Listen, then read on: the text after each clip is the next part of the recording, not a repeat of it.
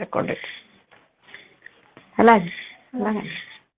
तो आज आप लोगों को MSD 13 पढ़ाया जाएगा और जो कुछ भी बच गया था MSD 1 का उसको बाद में देखेंगे। जो मैं बताई हूँ आपको उस हिसाब से आप वो क्वेश्चन तैयार करके रखना, कौन सा क्वेश्चन पूछना है, क्या करना है, वो बताएंगे फिर आप लोगों को वो। मैम थोड़ा सा है ना, समय घनानंद बहुत कम है। समझना था बाद में, मैम बाद में समझ लेंगे हाँ घनानंद। नहीं, मैं बता दूंगी आपको। एग्जाम कब से है आप लोगों का? अच्छा, हम लोग को तो जून में एग्जाम है कब से? मैम। अच्छा, और जो दूसरा ये अभी जो है इन लोग का मैम अभी फरवरी में है ना? फरवरी से मैम। तो कितने तारीख से है? 10 फरवरी से। अच्छा ठीक है, उसके पहले हम अभी आपको बता देंगे, है ना। Okay ma'am. उसके पहले बस बता देंगे घनानंद का और किसका रह गया, पद्माकर का। Yes ma'am. हाँ, पद्माकर का थोड़ा सा रह गया है और घनानंद जी का। तो आज आप लोगों को पढ़ाया जाएगा MSD 13 है, उसका हेडिंग है उपन्यास स्वरूप और विकास। ठीक है, तो इसमें बताया गया है आख्यान क्या चीज है ना। आख्यान का सामान्य अर्थ होता है कथन, कथा, कहानी, ऐतिहासिक, पौराणिक कथा, इन सभी को कहा जाता है आख्यान। जैसे कि महाभारत एक प्रकार का आख्यान है, तो कादम्बरी दूसरे प्रकार का आख्यान है, कथा है, कहानी है, इसी को कहा जाता है आख्यान। ठीक है, तो इसमें साहित्य पुराने आख्यानों की ओर पहले भी जाता रहा है, पर उद्देश्य कुछ और था कि कथा प्रामाणिक हो, जनप्रिय हो, जिसके कारण रसास्वादन हो में बाधा न हो, उपस्थित न हो आदि। अब स्थितियां बदल चुकी हैं। राम जैसे पौराणिक चरित्रों के भी कई कई आख्यान हैं और कल्पना का क्षेत्र इतना विस्तृत हो गया है कि अपने अपने राम लेखक भगवान सिंह ने इन्होंने अपने अपने राम करके एक लेख भी लिख डाला है। तो पहले का अलग था, अभी का अलग था। आख्यान से समझ रहे हैं, आख्यान यानी कथा, कथा कहना, कहानी कहना, चाहे वो ऐतिहासिक हो चाहे पौराणिक हो, कोई भी हो आख्यान उसे कहा जाता है। तो इसमें आप उपन्यास जो है, ये उपन्यास क्या चीज है, साहित्य की एक विधा है। साहित्य की विधा केवल उपन्यास ही नहीं है, इसकी और सारी विधाएं हैं। आपको किसी को मालूम है क्या और क्या विधाएं हैं इसकी? साहित्य की विभिन्न विधाएं क्या क्या है, एक आध कोई बताएंगे? कहानी, उपन्यास, संस्मरण, कहानी, उपन्यास, निबंध, ये सब है। मैम हाँ, लघु ये सभी है। उपन्यास भी है। हाँ, तो ये सभी साहित्य की विभिन्न विधाएं हैं, उसके अंग हैं। केवल उपन्यास कहने से वो साहित्य नहीं हो जाता, केवल कविता कहने से साहित्य नहीं हो जाता। उपन्यास जो है साहित्य की जो गद्य की विधाएं, गद्य की विधाएं हैं उपन्यास। ये गद्य की विधाओं के आधार अंतर्गत आएगा। उपन्यास जो है वो गद्य के विधाओं के अंतर्गत आएगा।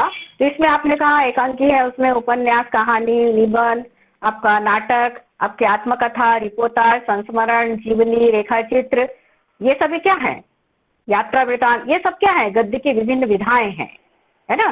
तो उपन्यास जो है गद्य की एक विधा है उपन्यास। और उपन्यास अंग्रेजी शब्द नॉवेल से का हिंदी रूपांतर है उपन्यास। तो अंग्रेजी में उपन्यास शब्द के लिए नॉवेल शब्द का प्रयोग किया गया है। नॉवेल शब्द इटालियन शब्द नॉविला से बना है, जिसका अर्थ है सूचना। नोट करना चाहते हैं नोट कर लेना। तो किताब में दिया है कि नहीं क्या मालूम, आपके में तो देखी नहीं हूँ, थोड़ा सा मैं उसके बारे में पूरा डिटेल दिया है कि नहीं, पर मैंने लिखा है इस चीज को कि अंग्रेजी में उपन्यास शब्द के लिए नॉवेल शब्द का प्रयोग किया गया है, जो कि हिंदी में नॉवेल शब्द इटालियन शब्द नॉविला से बना है, जिसका अर्थ है सूचना।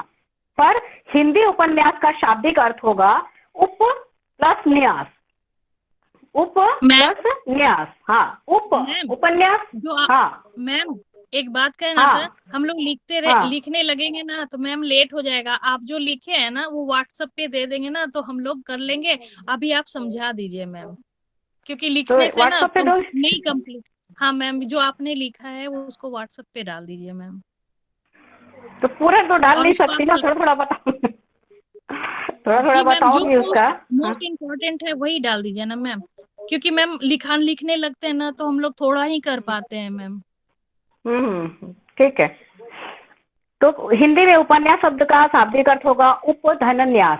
उप प्लस न्यास बताया गया है। उप का अर्थ है निकट और न्यास का अर्थ है रखना, यानी उपन्यास का पूर्ण अर्थ है निकट रखना। अर्थात यह वह वस्तु या कथा है जो हमारे निकट हो, या जिसे हम जिसे पढ़कर ऐसा मालूम हो कि हमारी ही कथा है। उसे कहा जाता है। इसकी परिभाषा कई वैज्ञानिकों ने दिया है, आपकी पुस्तक में तो नहीं है पर इसको आप लिखेंगे इस चीज को। उपन्यास कल्पित इतिहास है, लिखा है एक लाइन वाला छोटा सा छोटी सी परिभाषा है। फ्रांसिस बेकन ने कहा है, इसको तो लिख सकते हैं एक लाइन का। फ्रांसिस बेकन ने कहा है कि उपन्यास कल्पित इतिहास है। ये लिखना पड़ेगा आप लोगों को आंसर शीट में, चाहे उपन्यास का कुछ भी उसमें क्वेश्चन पूछा जाए, आपको उपन्यास के बारे में थोड़ा सा बताना है तो उपन्यास क्या है, उपन्यास की परिभाषा क्या है, ये आपको भूमिका स्वरूप लिखना पड़ेगा। फिर एक बताया है एवेल सेवेल के अनुसार उपन्यास निश्चित आकार वाला गद्यमय आख्यान है। निश्चित आकार वाला गद्यमय आख्यान है, ये गद्यमय है ना, पद्यमय नहीं, गद्यमय आख्यान है, एवेल सेवेल ने कहा है। और इसी प्रकार से हिंदी के कई प्रकार के बहुत सारे मैंने साहित्यकारों ने अपनी परिभाषाएं दी हैं। इनमें से आप अगर स्टार्टिंग में क्वेश्चन का आंसर अब स्टार्ट करते हैं तो उसमें एक दो अगर आप लिखेंगे तो बहुत ही अच्छा रहेगा। उसमें जांचने वाले का ध्यान आकर्षित करने के लिए उसको आप लिखेंगे तो सही रहेगा, ठीक रहेगा, और आपको भी पता चलेगा कि उपन्यास क्या चीज है। तो उपन्यास जो है ये साहित्य की विधा है। तो उपन्यास कैसे बनता है, उपन्यास के तत्व क्या क्या हैं? उपन्यास के तत्व हैं कथानक, पात्र, संवाद, भाषा शैली, देश काल और वातावरण और उद्देश्य इसमें आएंगे। कथा वस्तु, चरित्र चित्रण, संवाद, भाषा शैली, देश काल और वातावरण और उद्देश्य। एक उपन्यास को गठन करने के लिए, एक उपन्यास को लिखने के लिए एक स्टोरी का होना आवश्यक है, एक कथा का होना आवश्यक है। कोई भी हो, चाहे उपन्यास के बहुत सारे माने टाइप्स हैं, बहुत सारे प्रकार हैं। कोई राजनीतिक उपन्यास है, कोई सामाजिक उपन्यास, कोई ऐतिहासिक उपन्यास लिखा है कई साहित्यकारों ने, कई ने क्या कहना चाहिए अंचल विशेष को ध्यान में देते हुए आंचलिक उपन्यास लिखा है। तो ऐसे ही बहुत सारे ऐतिहासिक उपन्यास लिखा है, राजनीतिक उपन्यास लिखा है। तो इन सभी उपन्यासों, कोई भी उपन्यास अगर लिखने बैठेंगे, लिखने वाला जो साहित्यकार होगा वो लिखेगा, और तो उसमें एक स्टोरी का होना आवश्यक है। अगर एक स्टोरी नहीं होगा तो उपन्यास की कल्पना भी नहीं की जा सकती। स्टोरी के लिए कैसे भी हो, वो सामाजिक हो, राजनीतिक हो, आर्थिक हो, कैसे भी कोई भी टॉपिक को लेकर के वो एक स्टोरी बनाएगा, स्टोरी के आधार पर वो उपन्यास लिखेगा। तो स्टोरी एक कथा होना आवश्यक है, उसके लिए एक स्टोरी का होना आवश्यक है, जिसमें फिर सेकंड पॉइंट इसमें आएंगे, उसमें पात्रों का होना आवश्यक है। पात्र अगर नहीं होंगे तो उपन्यास का गठन भी नहीं होगा। उपन्यास में जो कथा को आगे बढ़ाते हैं ये पात्र, और कथा को आगे बढ़ाते हैं ये पात्र, और इन्हीं के द्वारा ही उपन्यास आगे बढ़ता है। उसमें पात्रों का होना आवश्यक है, नायक नायिका या भी जितने भी पात्र, जितने भी कैरेक्टर है, जितने भी लोगों का नाम उसमें दिया रहेगा, लेखक जो लिखते हैं उपन्यास इत्यादि, तो वो उपन्यास पात्रों को लेकर लिखते हैं। पात्रों के द्वारा ही वो कथा को आगे बढ़ाते हैं, और पात्र उसमें उन कहना चाहिए उसको आगे बढ़ाते हुए उनके ही द्वारा उपन्यास आगे बढ़ता है। उसमें पात्र की आवश्यकता होती है, बिना पात्र के उपन्यास की कल्पना भी नहीं की जा सकती।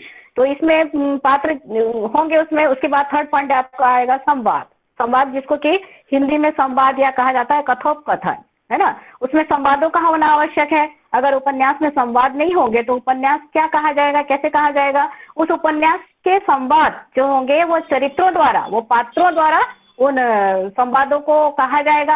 अर्थात पात्र होंगे उसमें, जो उपन्यास में जो पात्र होंगे वो उन संवादों को कह करके उस उपन्यास को आगे बढ़ाएंगे। जो कि संवाद जो है वो छोटे छोटे होने चाहिए, सारगर्भित होनी चाहिए, सरल होनी चाहिए और सबको समझ में आना चाहिए। और छोटे छोटे अगर मैंने कहना चाहिए वाक्य होंगे, छोटे छोटे संवाद होंगे तो उसमें भी रोचकता उत्पन्न होगी।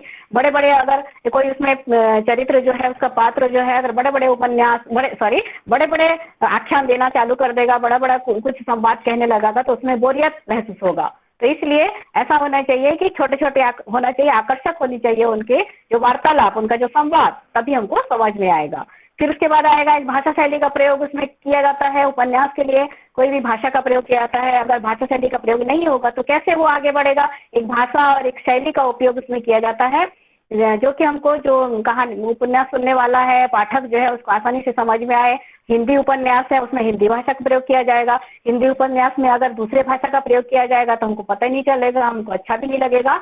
तो इसलिए उसके लिए एक भाषा का होना आवश्यक है, जो कि भाषा क्या है? भावों को व्यक्त करता है ना। भावों की अभिव्यक्ति आपने भाषा विज्ञान में भी पढ़ा होगा। उसको भावों को व्यक्त करना, अपनी बात को दूसरों तक पहुंचाने का माध्यम भाषा है, जो हम अपने भावों को व्यक्त करते हैं, तो वो जो भाषा का प्रयोग होना आवश्यक है। भाषा भी सरल होना चाहिए, कठिन नहीं होना चाहिए, और जो पाठकों को आसानी से समझ में आना चाहिए। तो एक भाषा का, एक शैली का होना आवश्यक है। उसमें अगर नहीं होगा तो उसकी कल्पना भी नहीं की जाती।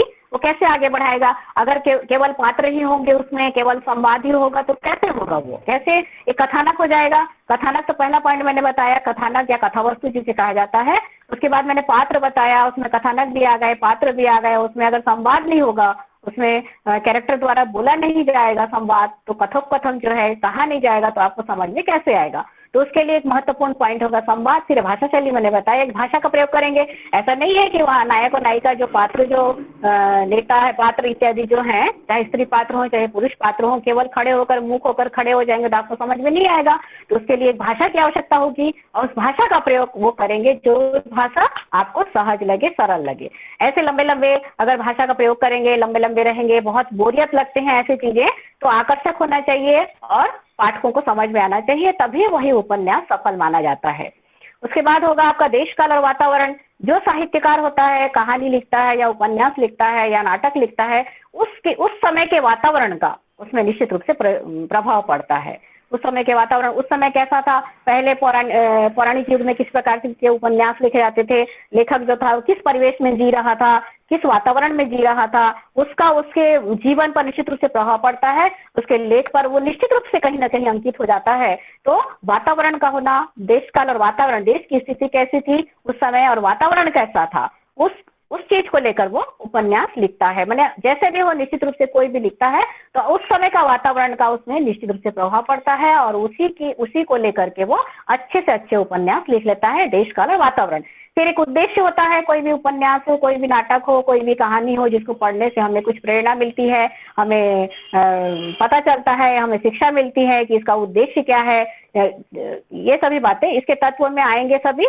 तो इसमें आप लिखेंगे, उसके विशेष तत्व में लिखेंगे आप। पहला होगा कथानक, और दूसरा होगा पात्र, तीसरा संवाद, और चौथा होगा भाषा शैली, पांचवा देश काल और वातावरण, छठवां उद्देश्य। समझ में आया? तो ये उपन्यास हेलो होना। मैम, क्या पढ़ा रहे हैं आप? हाँ, उपन्यास क्या है जी मैम, अभी स्टार्ट हुई है क्या क्लास?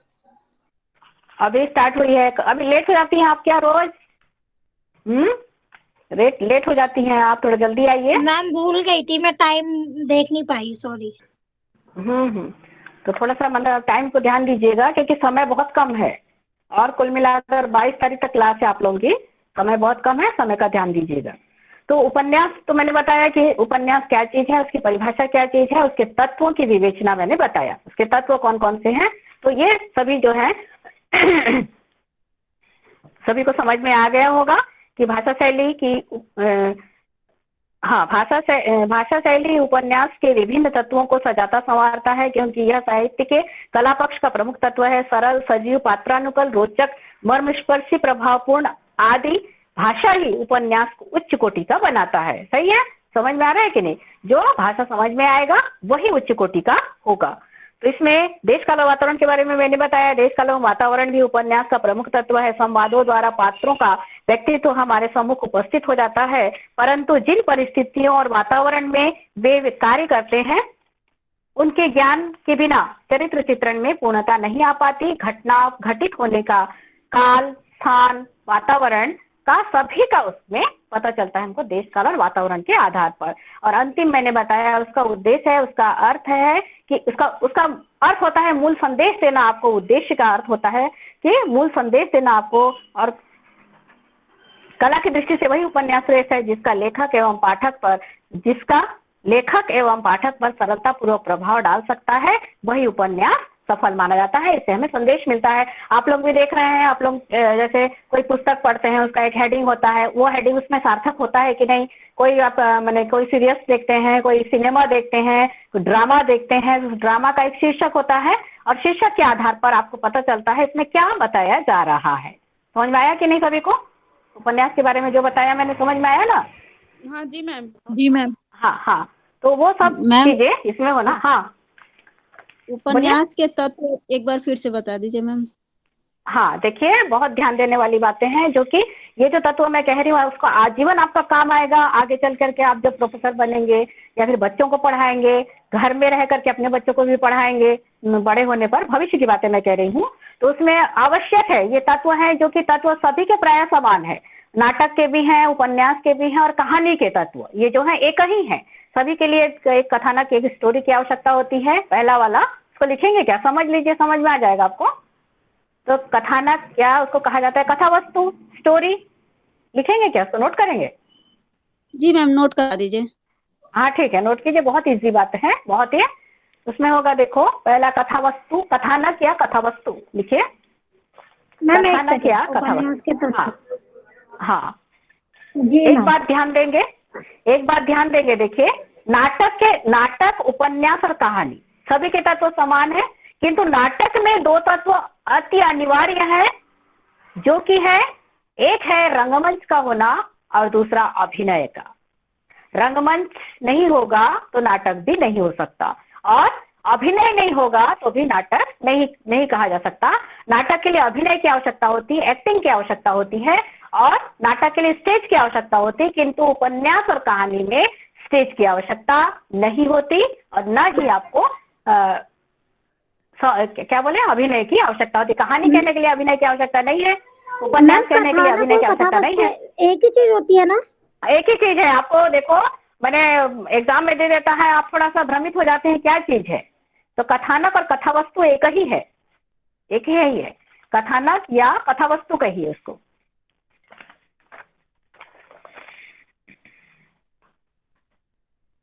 दूसरा है पात्र।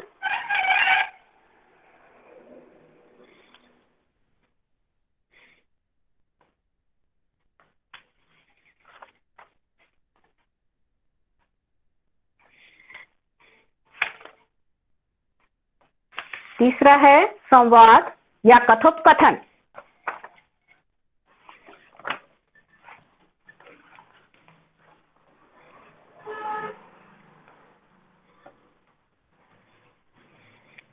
संवाद या कथोपकथन।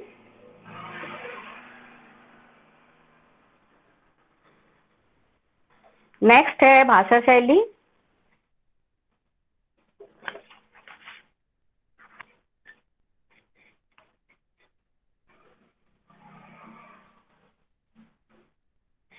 उसके बाद है देश काल और वातावरण।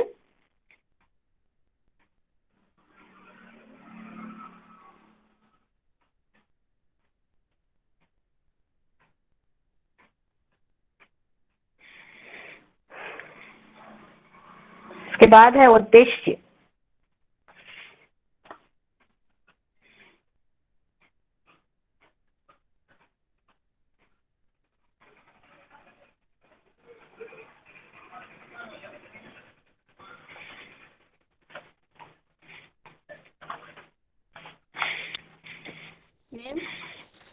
उद्देश्य। हाँ पात्र और चरित्र चित्रण। हाँ, पात्र और चरित्र चित्रण। पात्र या चरित्र या नेता जिसको कहते हैं ना, वो एक ही है सब। पात्र, चरित्र चित्रण सब कहा जाता है, उसी लाइन में सब आएंगे, एक ही पॉइंट है। पात्र या चरित्र एक ही है। संवाद या कथोपकथन। संवाद या कथोपकथन। मैम ये तो हो गया था पहले, हो गया, आपने बोला था। हाँ जी मैम, पूरा हो आपने गया बोला कथानक और कथा वस्तु, पात्र, हाँ संवाद और कथोपकथन, वातावरण और उद्देश्य। हाँ हाँ, वातावरण, देश काल और वातावरण उद्देश्य। देखिए आप लोग भी जो आप लोग का मैं देखूंगी बाद में 22 तारीख के बाद, आप लोग भी कैसे लिख रहे हैं मुझे दिखाना व्हाट्सएप में। आप लोग कैसे लिख रहे हैं मुझे बताना है आप लोगों को, है ना। तो देखिए अब उसके बाद आएगा उपन्यास, हिंदी उपन्यास का विकास क्रम। हिंदी उपन्यास का विकास क्रम, जिसमें आएंगे भारतेंदु युग। इसमें अलग अलग दिया है किताबों में, बात सब एक ही है। इसमें प्रेमचंद्रोत्तर युग, प्रेमचंद युगीन युग ऐसा दिया है। उसके पहले का युग, पूर्व का युग, ये बताया गया है। पर आप लोग पढ़ेंगे इसको भारतेंदु युग। भारतेंदु युग में सामाजिक, ऐतिहासिक, तिलस्मी, इसमें बताया है ये जासूसी उपन्यास लिखे गए थे। भारतीय युगीन उपन्यासों में सामाजिक समस्याओं के प्रति जागरूकता एवं समर्पण का भाव उपन्यासकारों में दिखाई दिया है। सामाजिक यथार्थ का चित्रांकन, सामाजिक कुरीतियों पर प्रहार, आदर्श की स्थापना एवं सामाजिक संदेश उपन्यासकारों का सामाजिक संदेश देना उपन्यासकारों का प्रमुख लक्ष्य होता था। देवकीनंदन खत्री ने चंद्रकांता संतति, देवकीनंदन खत्री ने, एक आठ नोट कीजिएगा, देवकीनंदन खत्री ने चंद्रकांता संतति लिखकर लोगों को हिंदी सीखने के लिए विवश किया। ये पहला विकास क्रम में पहला है आपका भारतेंदु युग, जिसमें किनका, देवकीनंदन खत्री का पुस्तक में दिया है, पुस्तक में पढ़े हैं, उसको मिला मिला के आपको लिखना है। क्वेश्चन का आंसर जब बनाएंगे आप, मेरे जो मैं बता रही हूँ उनमें से एक आध जो लाइन नोट कर रहे हैं उसको भी उसमें मिलाना है। और यह मनोरंजन से भरपूर तिलस्मी कृति थी। भारतेंदु युगीन में ही राम गोपाल गहमरी का उपन्यास अद्भुत लाश, और ये अद्भुत लाश नामक उपन्यास लिखा। यह उपन्यास जासूसी उपन्यास था। जासूसी समझ में आ रहा है ना? जासूसी सीरियल्स इत्यादि देखते हैं क्या? जासूस जी है, ज्यादा मत देखना, ज्यादा मत देखना बोली हूँ। अच्छा लगता है, अच्छा लगता है, देखो देखो उस चीज को, पर उसको ग्रहण करना नहीं है, हैं? अच्छा इंटरेस्टिंग लगता है, ठीक है। मैम एक चीज पूछनी है आपसे। हाँ बोलिए मैम, जो ये पात्र आपने बोले थे, ये चरित्र जो पात्र बोले, तो इसमें कौन कौन से तरह के पात्र होते हैं? जैसे कि मैम ये थोड़ा क्लियर नहीं है। जैसे हमने ये सुना है कि कोई गोल पात्र होते हैं, टाइप ए पात्र, ऐसे करके कुछ होता है ना सर? मैम थोड़ा सा बताइए उसके बारे में। हाँ सुनिए ना, उसमें क्या है, हर प्रकार के पात्र होंगे उसमें। जैसे कि नायक नायिका होंगे जो अपने को प्रिय लगते हैं, है ना, नायक और नायिका। उस प्रकार के पात्र भी हैं। उसमें हंसाने वाले पात्र भी होंगे, विदूषक होंगे, और उसमें खलनायक भी हैं। खलनायक का होना भी जरूरी है। खलनायक है, खलनायिका है। पूछ रही हूँ मैम, मैं चमत्कारी के उपन्यासों के अंतर्गत नहीं पूछ रही हूँ मैम। जैसे उपन्यास में पात्र जो होते हैं ना, जैसे कि हमने तत्व पढ़े हैं ना उपन्यास के, तो उसमें पात्र जो होते हैं, तो वो पात्रों के बारे में पूछ रही हूँ कि किस किस तरह के पात्र हो सकते हैं। जैसे कि ना जो पात्र हर पूरे उपन्यास में एक ही जैसे रहते हैं तो उन्हें गोल पात्र बोलते हैं। तो इसी तरह के कुछ टाइप बनाए गए हैं ना पात्रों के मैम। देखो ना, उसमें क्या है, उपन्यास महाकाव्य जैसे रहते हैं। उसमें जैसे धीरोदात्त माने पात्र होते हैं, धीर ललित पात्र होते हैं, धीर प्रशांत पात्र होते हैं। अर्थात कोई गहरे माने कोई शांत प्रकृति का होगा, कोई उद्दंड प्रकृति का होगा। इसी प्रकार से बहुत सारे महाकाव्य में है, तो उसी प्रकार से इसमें भी वैसे ही पात्र होंगे। पात्र सभी एक जैसे नहीं होंगे, सभी के चरित्र अलग अलग होते हैं। अगर एक ही चरित्र के सभी हो जाएंगे तो क्या मजा आएगा? जैसे गौण पात्र होते हैं, हाँ गौण पात्र होते हैं। हाँ नहीं, मेन पात्र देखिए, बोलिए। जैसे उपन्यास के अंतर्गत एक और अवधारणा आई थी ना, ये प्रतिनायक। प्रतिनायक क्या होता है मैम? फिर इसके बारे में थोड़ा बताइए ना। नायक जो है वो तो मेन है, उसका साइड जो है उसे गौण पात्र कहा जाता है। प्रतिनायक कहा जाएगा, नहीं कहा जाएगा? क्या पढ़े उसमें?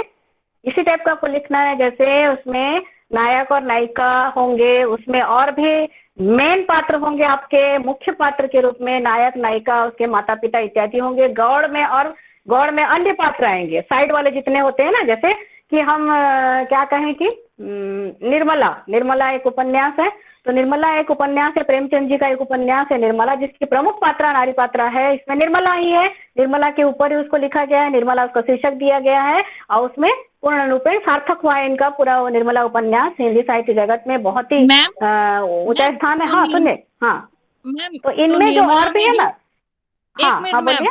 निर्मला में जो उसकी बुआ सास है, वो क्या गौण पात्र है? हाँ गौण पात्र ही मानी जाएगी, वो गौण पात्र मानी जाएगी। उसमें जो प्रमुख में आते हैं, जिनके बार बार नहीं, सुनिए प्रमुख है, एक मिनट सुनिए। वो प्रमुख पात्र में भी आएगी और गौण पात्र में भी उसको ले सकते हैं, लेकिन प्रमुख भी हो सकता है। क्यों हो सकता है? क्योंकि वही उसको मैंने काफी दंड दी है कि नहीं, निर्मला को काफी दंड रुक्मणी ने दिया है, जो कि गौण पात्र मैंने प्रमुख पात्र में भी आएगा वो।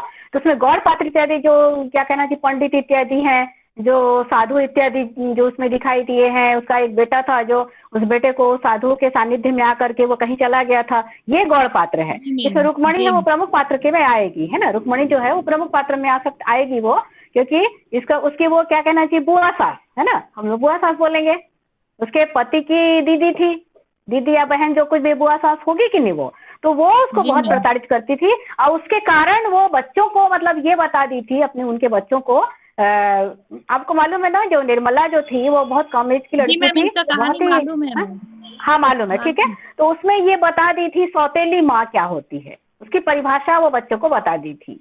उसकी बुआ सास अर्थात रुक्मणी बता दी थी कि तुम्हारी सौतेली माँ है और सौतेली माँ लोग इस प्रकार का व्यवहार करते हैं, ऐसा करते हैं, वैसा करते हैं, बहुत सारी बातें उनके कानों में, क्योंकि बच्चे छोटे होते हैं और इनको सब अगर ऐसी बातें कान में डाल दिया जाए तो बहुत प्रभावित होते हैं बच्चे। एक तो वैसे डरते हैं कि सौतेली माँ कहने से, भले वो सौतेली माँ अपने बच्चों से भी ज्यादा, अपने खुद के बच्चों से भी ज्यादा उनको चाहती है, किंतु सौतेली का एक नाम दे करके कलंकित कर देते हैं उन नाम को और डरा देते हैं। इसीलिए तो मनसाराम जो बड़ा बेटा था, वो बड़ा बेटा वहाँ बड़ा बेटा जो एज का था उसके पति के एज का, सॉरी निर्मला के एज का था। मनसाराम जो था बड़ा बेटा निर्मला का, वो मैंने कहना चाहिए निर्मला जो नायिका है उसके एज का था, समकक्ष था वो। और हम उम्र थे वो लोग, हाँ हम उम्र था वो।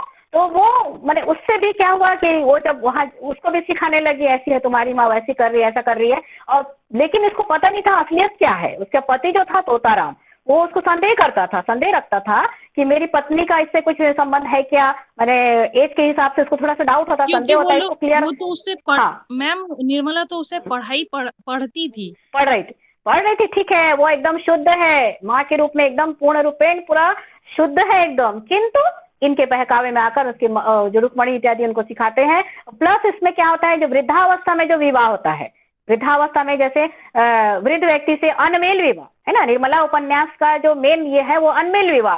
अनमेल अर्थात एक कम उम्र की लड़की का विवाह एक बुजुर्ग से हो जाता है दहेज प्रथा के कारण, दहेज के कारण होता है। वो दहेज क्या पहले तो फिक्स हुआ रहता है, पहले तो तय किया रहता है उसकी शादी उससे होगी, किंतु पिता की मृत्यु हो जाने पर, उसके निर्मला के पिता की मृत्यु हो जाने पर फिर उसके बाद वहां से सोचते हैं वो उसके जिससे विवाह होने वाला था, किससे विवाह होने वाला था कि एक एडवोकेट से, वो वकील था, नाम नहीं याद आ रहा है, हाँ वकील था, हाँ ठीक है, हाँ उनसे विवाह होने वाला था, किंतु बता दिया जाता है बाद में कि डॉक्टर थे, वो डॉक्टर थे, एडवोकेट नहीं थे, सॉरी डॉक्टर थे।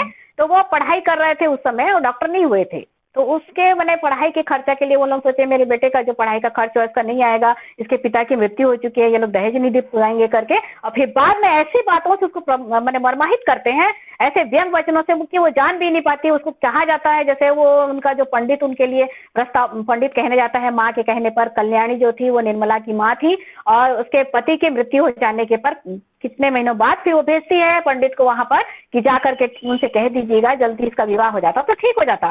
परंतु उसे जा करके क्या कह देते हैं, वो जो भालचंद्र थे वो उसके ससुर होने वाले थे, वो कह देते हैं क्या कि वो लड़की, उससे मैं कहा जाता है कि शादी उनसे करना है, उनकी माँ ने ये चिट्ठी लिखा है, तो वो कहते हैं ऐसे लड़की मेरे, वो सोचते हैं कि ऐसी जो लड़की, जिस लड़की का विवाह तय हुआ था उसी समय उसके पिता की मृत्यु हो गई है, तो ये लड़की वो सोचते अशुभ है, अशुभ है, और कहते हैं मुझे बहुत दया आ रही है उस पर, कह तो देते हैं एक जगह पर, कह तो दिया है मुझे बहुत दया आ रही है उसके ऊपर, किंतु मैं उसको अपने बहू नहीं बनाऊंगा। तो कारण क्या था, कारण मेन कारण यही था कि उसके पिता की मृत्यु हो चुकी है और वो दहेज दे नहीं पाएंगे, इसलिए वो उससे विवाह करना नहीं चाहते, अपने बेटे का विवाह करना नहीं चाहते। तो ये सब क्या है, ये नारी को प्रताड़ित करने वाली बात है, ये है ना, नारी हुई लड़की है ये, तो इसका दोष क्या है, बेचारी का दोष बस इतना है कि इसके विवाह के समय उसके पिता की मृत्यु हो गई। उनको दहेज चाहिए था, वो तो कहते हैं दहेज नहीं चाहिए, परंतु उनको दहेज निश्चित रूप से चाहिए था। तो ऐसे ही भारतीय नारियों के ऊपर किस प्रकार से समाज में रहते हुए किस प्रकार की कितनी सारी वेदनाएं झेलनी पड़ी, इन्हीं सभी को प्रेमचंद जी ने अपने उपन्यासों में स्थान दिया है। और नारी का जो अनमेल विवाह है, विधवा विवाह है, दहेज की समस्या है, इन सभी को लेकर के शायद प्रेमचंद जी ने अपने उपन्यासों की रचना की है, जो कि पूरा कटु सत्य है, जो कि यथार्थ है। आज भी वैसा लगता है उनके उपन्यास को पढ़ने पर कि सही में ऐसा हो रहा है ना, हो रहा है कि नहीं, किस प्रकार से अनमेल विवाह कर दिया गया। लड़की अगर छोटे घर की, ये तो खैर निर्मला की बातें हमने कहा, तो निर्मला तो बड़े घर की बेटी थी, फिर भी उसके पिता की मृत्यु होने पर दहेज दे नहीं सकेंगे करके उनके ससुर पक्ष ने, भालचंद जी ने उसको इनकार किया। लेकिन सही में भी देखा जा रहा है हमारे भारत देश में, हमारे जो परिवार हैं, जो लड़कियां हैं, अगर गरीब घर की लड़कियां हैं और जितनी भी सुंदर हो, जितनी भी पढ़ी लिखी हो, अगर गरीब घर की हैं तो उनसे शादी नहीं कर दिया जाता। क्योंकि उनको दहेज चाहिए, उनको ये नहीं मालूम कि पढ़ी लिखी लड़की है और उनका विवाह ऐसे व्यक्ति से, ऐसे व्यक्ति से कर दिया जाता है जो कि अनमेल विवाह कहा जाता है, जो कि एज में काफी बड़े रहते हैं, फिर वो जल्दी बीमार पड़ जाते हैं, फिर उसके बाद उनकी मृत्यु भी हो जाती है, तो ऐसे में वो विधवा हो जाती है। तो ऐसी जो समस्याएं हैं, ये समस्याएं जो है, पूरी समस्याओं को प्रेमचंद जी ने अपने उपन्यासों में स्थान दिया है, जो कि पूरा सत्य है, पूरा यथार्थ है, सच्चाई को लेकर के वो अपने उपन्यासों की रचना की है। ठीक है, आगे क्या कह रही थी मैं, कहाँ तक? हाँ मैम, प्रतिनायक क्या होता है? खलनायक होता है? खलनायक, नायक, प्रतिनायक बताया, कहाँ देखा आपने, पढ़ा था क्या कहीं पे? हाँ, कहीं पे पढ़ा था प्रतिनायक। हाँ, प्रतिनायक खलनायक ही होगा। खलनायक उसमें व्यवधान उत्पन्न करेंगे तभी तो कुछ होगा आगे, इसलिए उनको प्रतिनायक कहा गया है। फिर भी उसको थोड़ा डिटेल्स देख करके उसको नोट कर रही हूँ मैं। जो 7 बजे जो क्लास बोल रही हूँ ना, आपको 7 बजे जो फोन करना है आप लोगों को, आपका नाम आपका बताइए। नहीं, रहने दीजिए, नाम रहने दीजिए, आप मुझे जानती हैं, आप रिंग कर लेना प्रतिनायक। जी मैम। ठीक है, ऐसे बोलते जाना, मैं आपको पूरा बताऊंगी इसमें। फिर उसके बाद देखो कब, आज नहीं आप 7 बजे, वो नहीं बोल रही हूँ मैं, पूरा क्लास जब खत्म हो जाएगा ना, तो 7 बजे जो आपको रिंग करने के लिए बोली हूँ, फोन करने के लिए, है ना, क्लास खत्म होने के बाद 22 तारीख के बाद आप पूछना। तो उस समय में आपके जितने प्रॉब्लम्स हैं, अब जितना भी आप मेरा पढ़े हैं ना, MSD 1 से लेकर के MSD 13 तक जो भी पढ़ा है, जो कुछ भी समझ में नहीं आ रहा है, उस चीज को आप नोट करके रखना और मुझे रिंग करना 22 तारीख को शाम को 7 बजे से।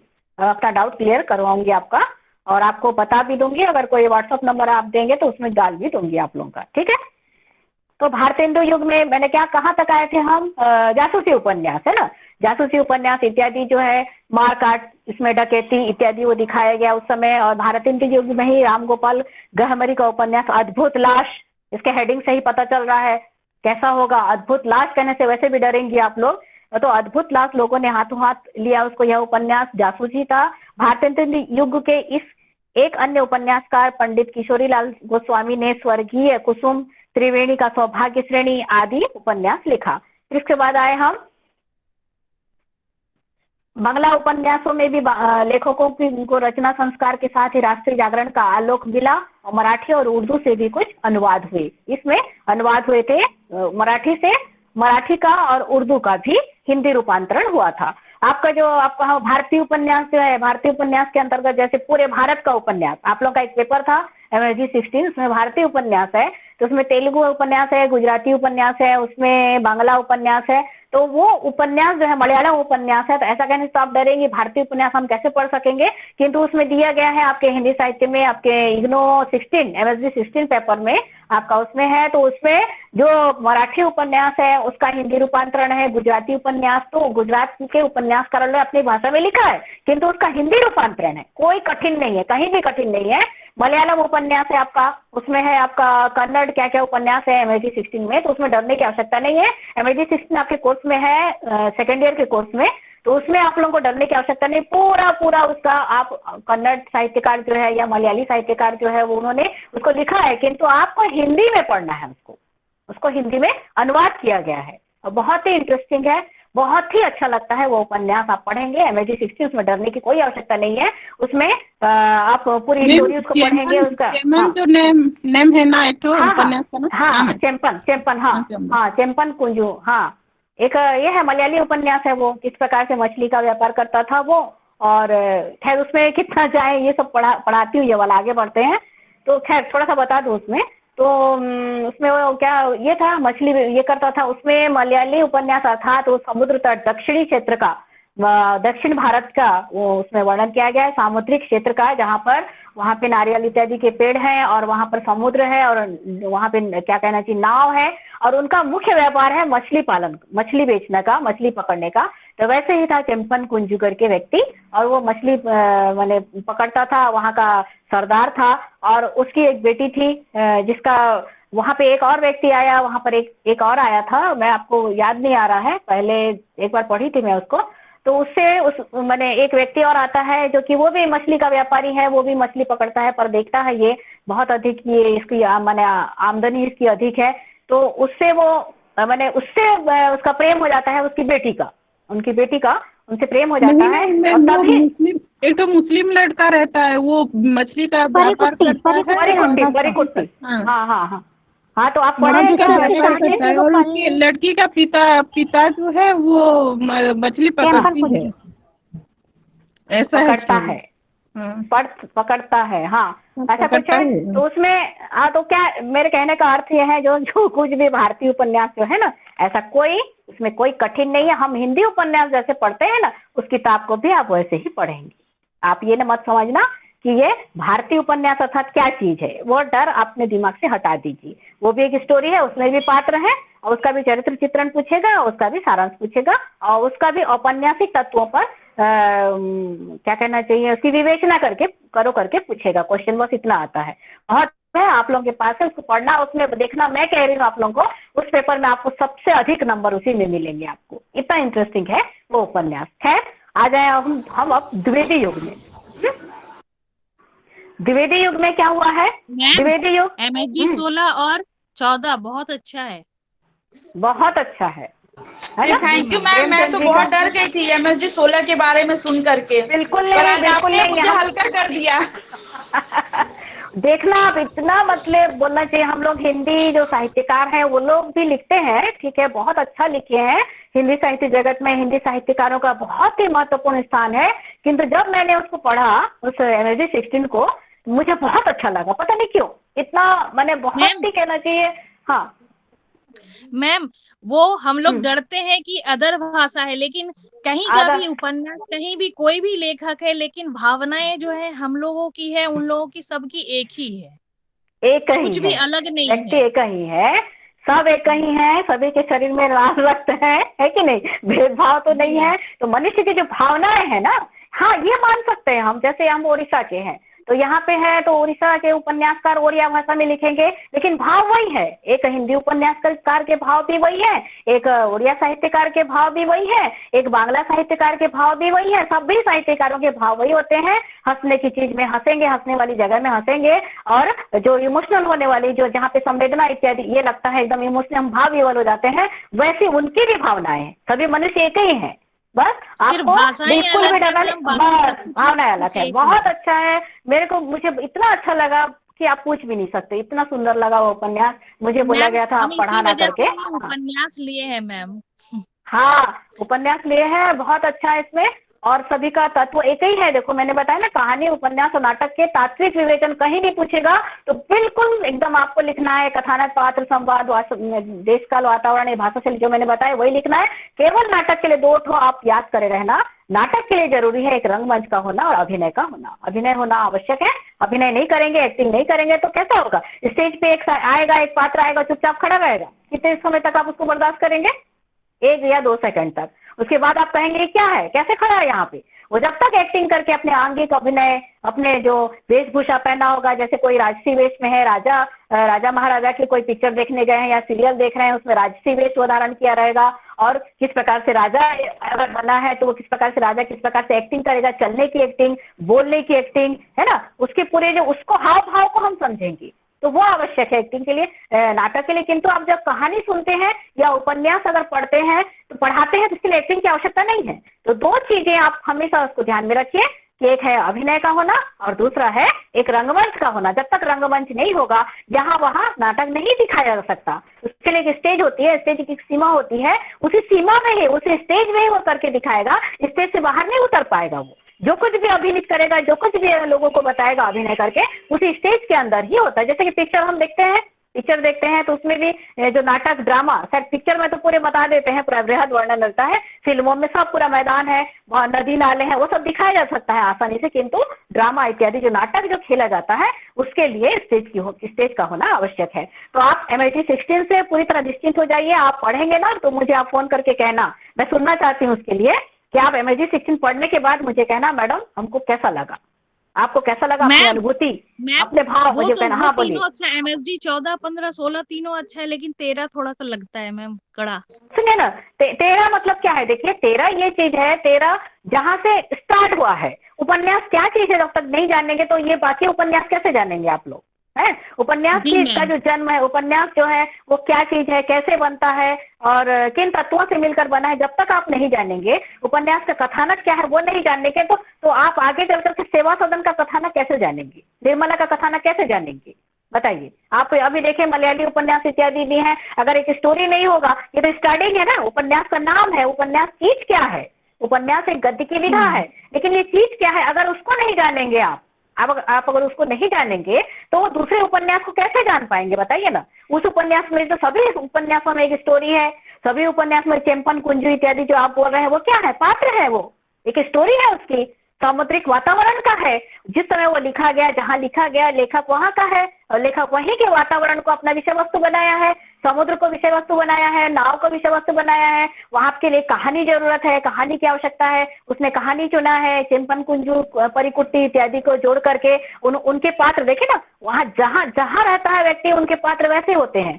उनका नाम वैसे होता है। हम अगर भारतीय उपन्यास हम अगर यहाँ पे अपना उपन्यास लिखेंगे अपने क्षेत्र का, तो किसी का नाम हम परिकुट्टी नहीं देंगे, किसी का नाम हम चेम्पन कुंजू नहीं देंगे, क्योंकि वो समझ में नहीं आता, वो हमको समझ में नहीं आता। हमको राम, श्याम, सोहन, मोहन ये आजकल के जो नाम है वो समझ में आते हैं, किंतु ये सब समझ में नहीं आता। तो वो जहाँ का व्यक्ति है, जहाँ का लेखक है, जहाँ वो उपन्यास लिख रहा है, तो जहाँ जहाँ जैसे जैसे नाम वहां पे है, वैसे वैसे नाम को उसने नाम उसमें दिया है, नायक और नायिका का नाम वैसे वैसे दिया है। उसी प्रकार से हम समझ पाएंगे ना। पूरा ट्रांसलेट, उन नाम को ट्रांसलेट कैसे करेगा बताइए, उसका नाम को ट्रांसलेट कैसे करेगा, नाम दिया है चेम्पन कुंजू, उसको ट्रांसलेट कैसे करेगा बताइए, है ना। नाम से तो हम जानेंगे ना ये मलयाली उपन्यास है कि नहीं, नाम से जानेंगे ये मलयाली लोग ऐसे नाम रखते हैं, उनका लड़के लोगों का नाम ऐसा रहता है, लड़कियों का नाम ऐसा रहता है। हमारे इधर सीता, गीता, मिता इत्यादि, सुनीता जो कुछ भी है हमारे इधर लोग लिखेंगे हम लोग, जैसे कि निर्मला है, निर्मला एक उपन्यास है, तो निर्मला जो नायिका है उसका नाम निर्मला है, तो निर्मला एक लड़की का नाम है। उन लोग हमारे उपन्यास का नाम वहां पे, उन लोग अगर उपन्यास लिखेंगे तो अपने जो पात्रों का नाम उन लोग निर्मला नहीं देंगे।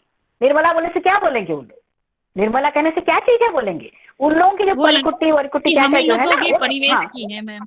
हाँ बस वो परिवेश का, उसमें मैंने कहा ना परिवेश का, वातावरण का, देश का वातावरण ना, जिस समय का वो जहाँ से लिख रहा है वहाँ का वातावरण, वहाँ के लोग, वहाँ के रीति रिवाज, वहाँ का रहन सहन, वो सभी को वो अपने उपन्यास के विषय वस्तु बनाते हैं और अपना वो उपन्यास लिखते हैं। और उन्हीं चीजों को हमको मलयाली में दिया जा रहा है, न कन्नड़ में दिया जा रहा है, न बांग्ला में दिया जा रहा है, हमको हिंदी में दिया जा रहा है और हमको हिंदी में पढ़ना है। देखना, मैं कह रही हूँ ना, दावे के साथ कह रही हूँ मैं, इतना सुंदर लगेगा आप लोग कि एक दिन आप जरूर कहेंगे मैडम सही में हमने पढ़ा, उसको जिन्होंने पढ़ा है उनका स्वाद तो जान चुके हैं, जो पढ़ चुके हैं उनको अच्छा लगा भी है, कह भी रहे हैं हमें अच्छा लगा है, उसके जो कैरेक्टर है, उनके जो पात्र हैं उनका नाम भी बता रहे हैं, बहुत अच्छा लगा मुझे सुन करके। और आप जिन्होंने नहीं भी पढ़ा है वो पढ़ेंगे तो वो भी मुझे बोलेंगे सही है मैडम, आपने सही कहा, बहुत अच्छा लगा ये उपन्यास, इतना सुंदर, वहाँ के प्राकृतिक चित्रण, वहाँ के जो नायक नायिका उनके भाव कैसे हैं, उन्होंने किस प्रकार से उनको अभिनीत किया है, किस प्रकार की भाषा उन्होंने बोली है, वो भाषा क्या है, उसमें एक एक जगह पर कहीं कहीं पर है, तो वो भाषा का प्रयोग भी किया गया है, कहीं कहीं एक आध जगह पर लिखा भी गया है वहाँ की भाषा, तो उसको हिंदी में लिखा है वो। अर्थात जो मैंने कहा ना देश काल और वातावरण के अंतर्गत ये आएंगे। तो खैर उपन्यास को जब तक आप नहीं जानेंगे, उपन्यास क्या चीज है, उपन्यास की परिभाषा क्या है, उपन्यास का प्रकार क्या है, उपन्यास के तत्व क्या है, ये अगर नहीं जानेंगे तो MSD 14 और MSD 16 को भी नहीं जानेंगे। उसको जानने के लिए ये होना आवश्यक है। हमने जैसे पढ़ा, जैसे कि हमने रीतिकाल पढ़ा, तो रीतिकालीन कवियों के बारे में पढ़ा, बिहारी इत्यादि जो हैं, जितने भी पढ़ने, सूरदास, तुलसीदास इत्यादि जो पढ़ा, तो उस समय का वातावरण कैसा था, है ना, उसको जानने के लिए हम आदिकाल पर गए।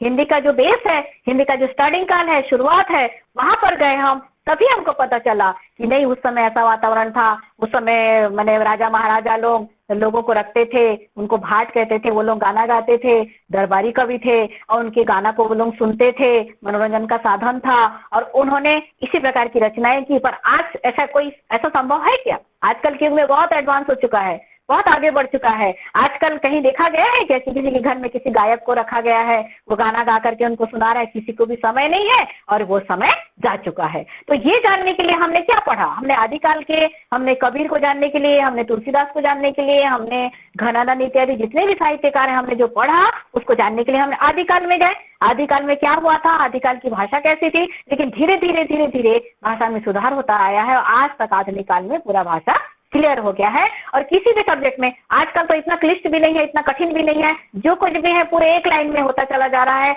जो पढ़ रहे हैं वही पूरा समझ में आ जा रहा है। एक ही लाइन में जो कविताएं इत्यादि दी है, वो कविताओं को देखने से उसका गद्य रूप अगर कर देंगे उसको, तो वो पूरा मैंने कहना चाहिए पद्य जो है पूरा सीधा सीधा है एकदम, कहीं पे कठिन भी नहीं है उतना। आजकल के युग का कह रही हूँ, उस समय में था, एक के कई अर्थ थे, कई सारे अर्थ का प्रयोग भी किया जाता था उस समय आदिकाल में, किंतु आजकल के समय में देखा गया पूरा क्लियर है।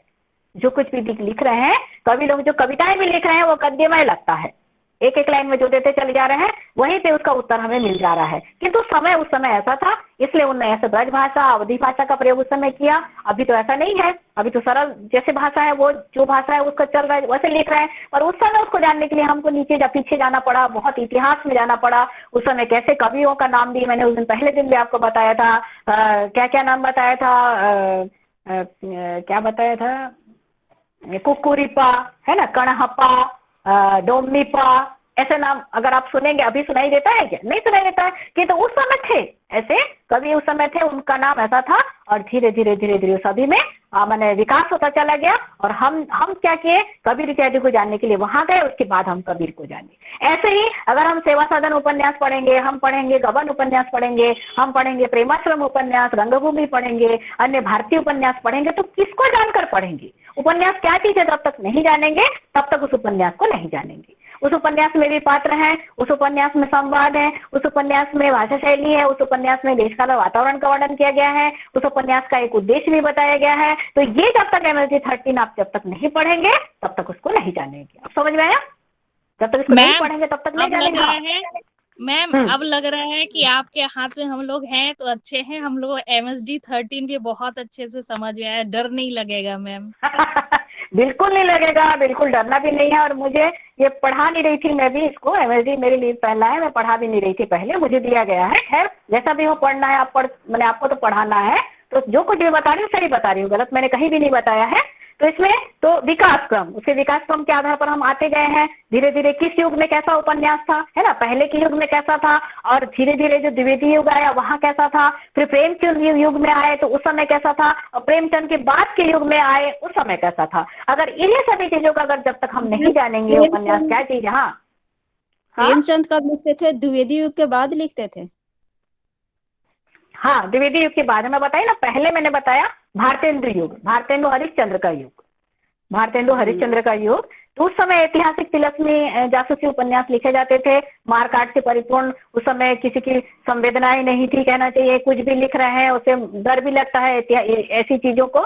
ऐतिहासिक उपन्यास जो है, इतिहास में क्या हुआ था, राजा महाराजा का कैसे हुआ था, कहाँ पे उन्होंने किसके साथ युद्ध किया, ये सब चीजें हमको पता चला है। किंतु जब द्विवेदी युग आए थे, प्रेमचंद युग में जब आए, तो हम पूरे मतलब कहना चाहिए अपने ऐसा लगता है प्रेमचंद का उपन्यास कि हमारे ही आसपास कहीं घटित हुई घटना है।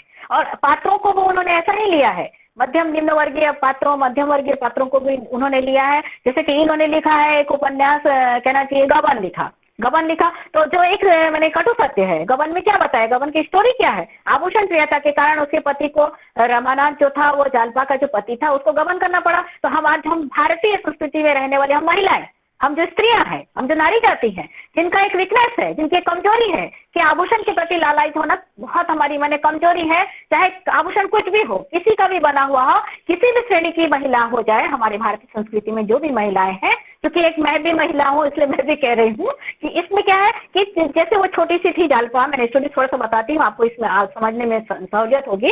तो छोटी सी बच्ची जब जालपा जब छोटी सी थी, तो सावन के महीने में एक झूला झूल रही थी, तभी एक मनिहारी वाला यहाँ आया था और आ करके विभिन्न आभूषण दिखाने लगा, मोतियों का आभूषण, मतलब एक मनिहारी वाला लेकर आया था। पहले ये ऐसा था, पहले आते थे मनिहारी लोग आते थे, घर में बेचते थे, घर में बताते थे ये चीज है वो चीज है। तो हम महिलाएं कह रहे हैं, हम नारी जाति, हम भारतीय संस्कृति को मैंने ये करने वाली, भारतीय संस्कृति की रहने वाली महिलाएं जो है, भारत की रहने वाली महिलाएं जो है, हमारा वीकनेस है, हमारी कमजोरी है कि हमें लेना ना हो, किंतु हम देखेंगे जरूर, है ना, हमको लेना भी नहीं होगा तो भी देखेंगे। पता नहीं क्यों हमारे मन में एक मैं भी अपने लिए भी मैं भी कह रही हूँ, मेरे साथ मुझे भी लगता है कि आप सभी में भी ऐसे लगता है क्या करके मुझे, मैं इस चीज को आभास करती हूँ, एहसास करती हूँ कि उसमें एक मनिहारी वाला जैसा है तो मोतियों का एक सुंदर सा चंद्रहार लेकर के चंद्रहार को देखने लगी मोतियों का, माँ से कहने लगी माँ मुझे खरीद कर दो, मैं इस आभूषण को मैं पहनूंगी। तो उसकी माँ कहने लगी इसको क्या करोगी, ये कुछ दिनों का है, मोतियों का बना हुआ चंद्रहार है और इस मोतियों के बने हुए चंद्रहार को तो कितने दिन पहनेगी, वो तो कुछ दिन ऐसा होगा उसकी चमक फीकी पड़ जाएगी, टूट कर बिखर जाएगा। तू जब बड़ी होगी ना, तेरा जिससे विवाह होगा ना, तेरा पति जो होगा वो पति तुम्हारे लिए असली सोने का चंद्रहार लेकर आएगा। तुम्हारे MSD 14 में है ये कवन, इसलिए मैं थोड़ा सा बता रही हूँ, उसके लिए भी सहूलियत होगा आप लोगों को।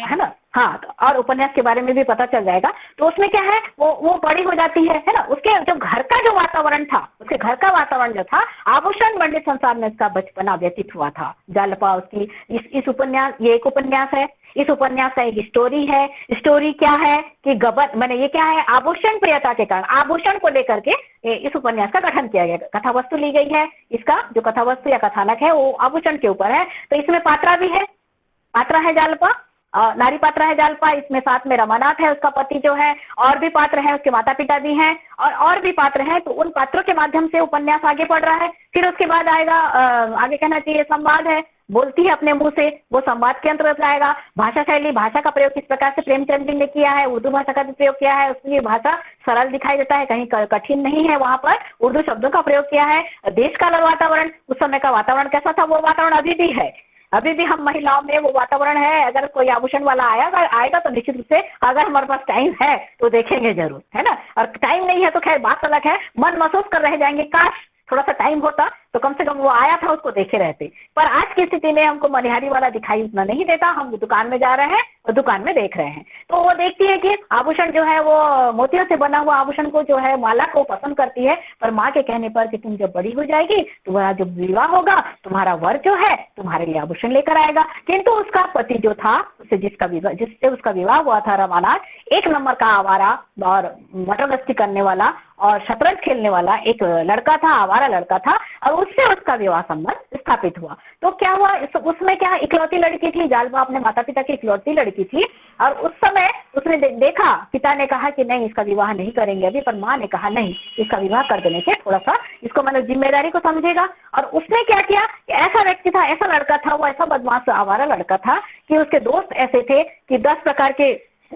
10 दोस्त हैं, तो किसी के पास, किसी ने बेल्ट खरीद लिया, किसी ने जूता खरीद लिया, किसी ने पैंट शर्ट खरीद लिया, किसी ने चश्मा खरीद लिया, तो सब ये अदल बदल करके पहनते थे। ऐसा लड़का था। और इस लड़के का विवाह उसके साथ तय हुआ, और विवाह तय होने पर उसके पिता ने उसको 1000 रुपए, उस समय 1000 रुपए दिए थे, लड़की के पिता ने, दीनदयाल ने उसे दिए थे। और उसको देख करके उसके पिता कहने, दयानाथ जो थे, रमानाथ के पिता जो थे, बहुत ही अच्छे, बहुत ही ईमानदार व्यक्ति थे और काम करते थे सरकारी कार्यालय में, और बहुत ही अच्छे ईमानदार व्यक्ति थे। किंतु उसने क्या कहा, रमानाथ से कहा गया कि तुम्हारा विवाह हम सादगी से करेंगे, तुम्हारा बारात में भी ज्यादा पैसा हम खर्चा नहीं करेंगे, सादगी से करेंगे। परंतु ये लड़का जो था, जो कि बहुत बदमाश था, आवारा था, और उसने कह दिया नहीं, शादी जिंदगी में एक बार होती, सही बात भी है, एक बार होती है, और एक बार होने से धूमधाम से होना चाहिए। पर इतना भी धूमधाम क्या भाई, जिसकी जितनी आवश्यकता है उसी आधार पर करना चाहिए। लेकिन इसको ज्यादा चाहिए, ज्यादा मैंने शानो शौकत चाहिए, उसको अच्छी सी गाड़ी चाहिए जिसमें बारात जाएगा,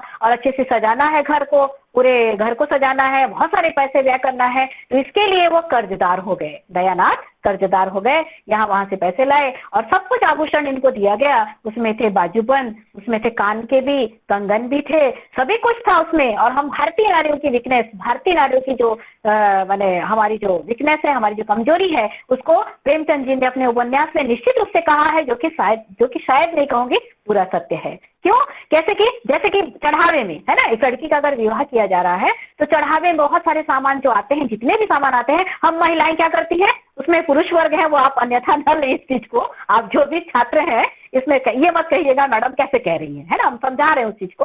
तो क्या करते हैं, देखो हम महिलाएं क्या करती हैं, उसमें दौड़ पड़ती हैं, चाहे वो दिखे ना दिखे, झुंड में वहां घुस जाएंगे, क्या पहना है, क्या पहनाया है, क्या इसमें चढ़ावे में क्या आया है, तो उसमें देखा गया उस डब्बे में सब कुछ था।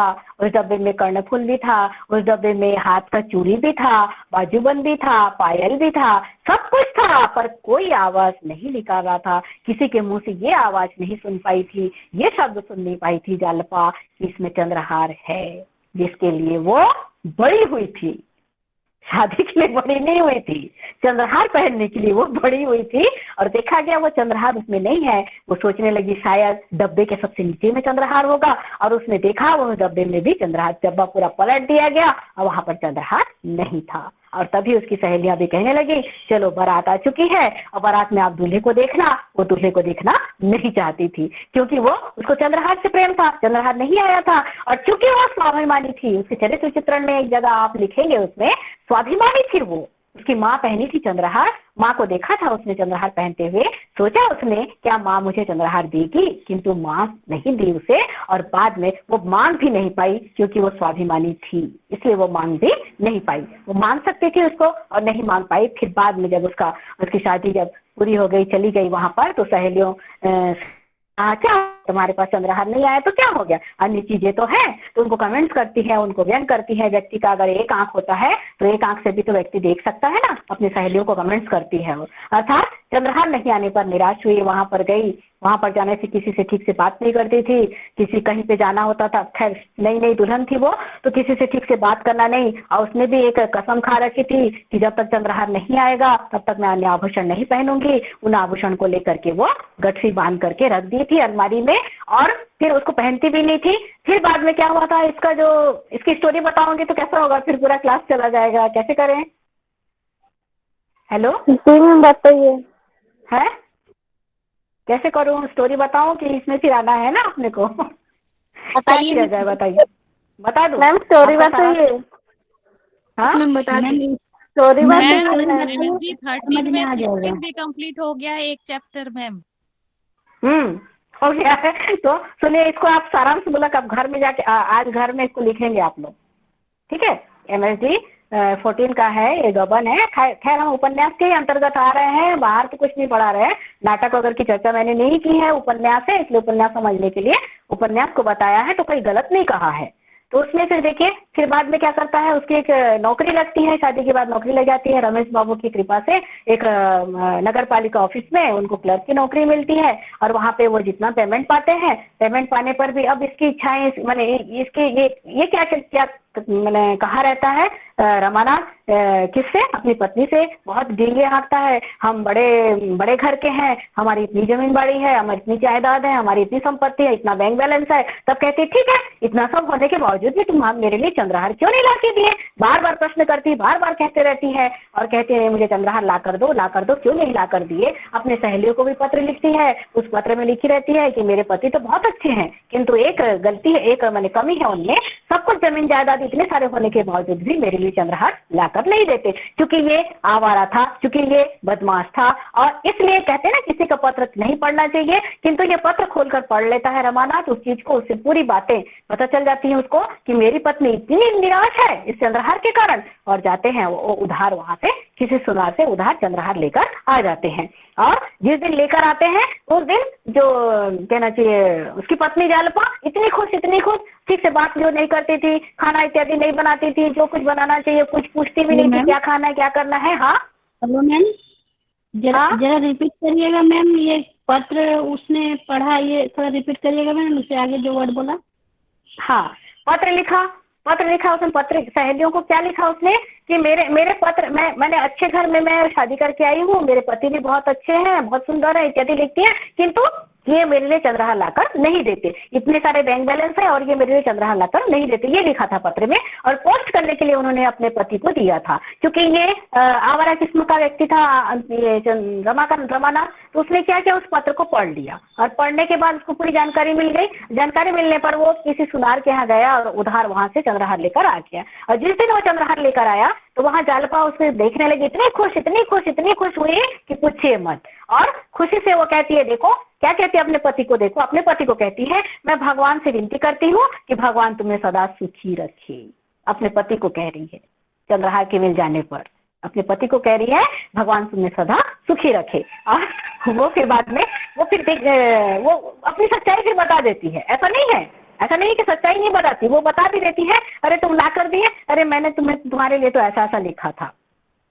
सच्चे दिल की थी, उसने जो कुछ भी लिखा था उसको बताया भी अपने पति से कि मैंने आपके बारे में चुगली की थी, आपके लिए ऐसा ऐसा शब्द लिखा था करके उसको बता भी दिया। उसके बाद क्या होता है, देखो ऑफिस में उनको ड्यूटी मिलती है कि कहाँ पर, नगर पालिका ऑफिस में काम करते हैं। रमेश बाबू की कृपा से उन्हें वहाँ क्लर्क की नौकरी मिलती है, वहाँ काम करते हैं। और ऐसे में देखो फिर क्या करने लगी, जालपा बाहर जाने लगी, इधर उधर घूमने लगी, सैर सपाटा करने लगी, पिक्चर देखने लगी, मैंने पार्टी इत्यादि में जाती थी। वहाँ पर उसका परिचय हुआ एक रतन नाम की एक नवयुवती से, जिसका विवाह हुआ था इंद्रभूषण नामक एक बूढ़े वकील से, उसकी शादी हो गई थी। यहाँ पर प्रेमचंद जी ने अनमेल विवाह का थोड़ा सा चित्रण किया है। वहां पे बताया है कि वो लड़की छोटी सी थी, वो हम उम्र थी जालपा की, पर एजेड एक इंद्रभूषण नामक एक वकील से उसकी शादी हो गई थी।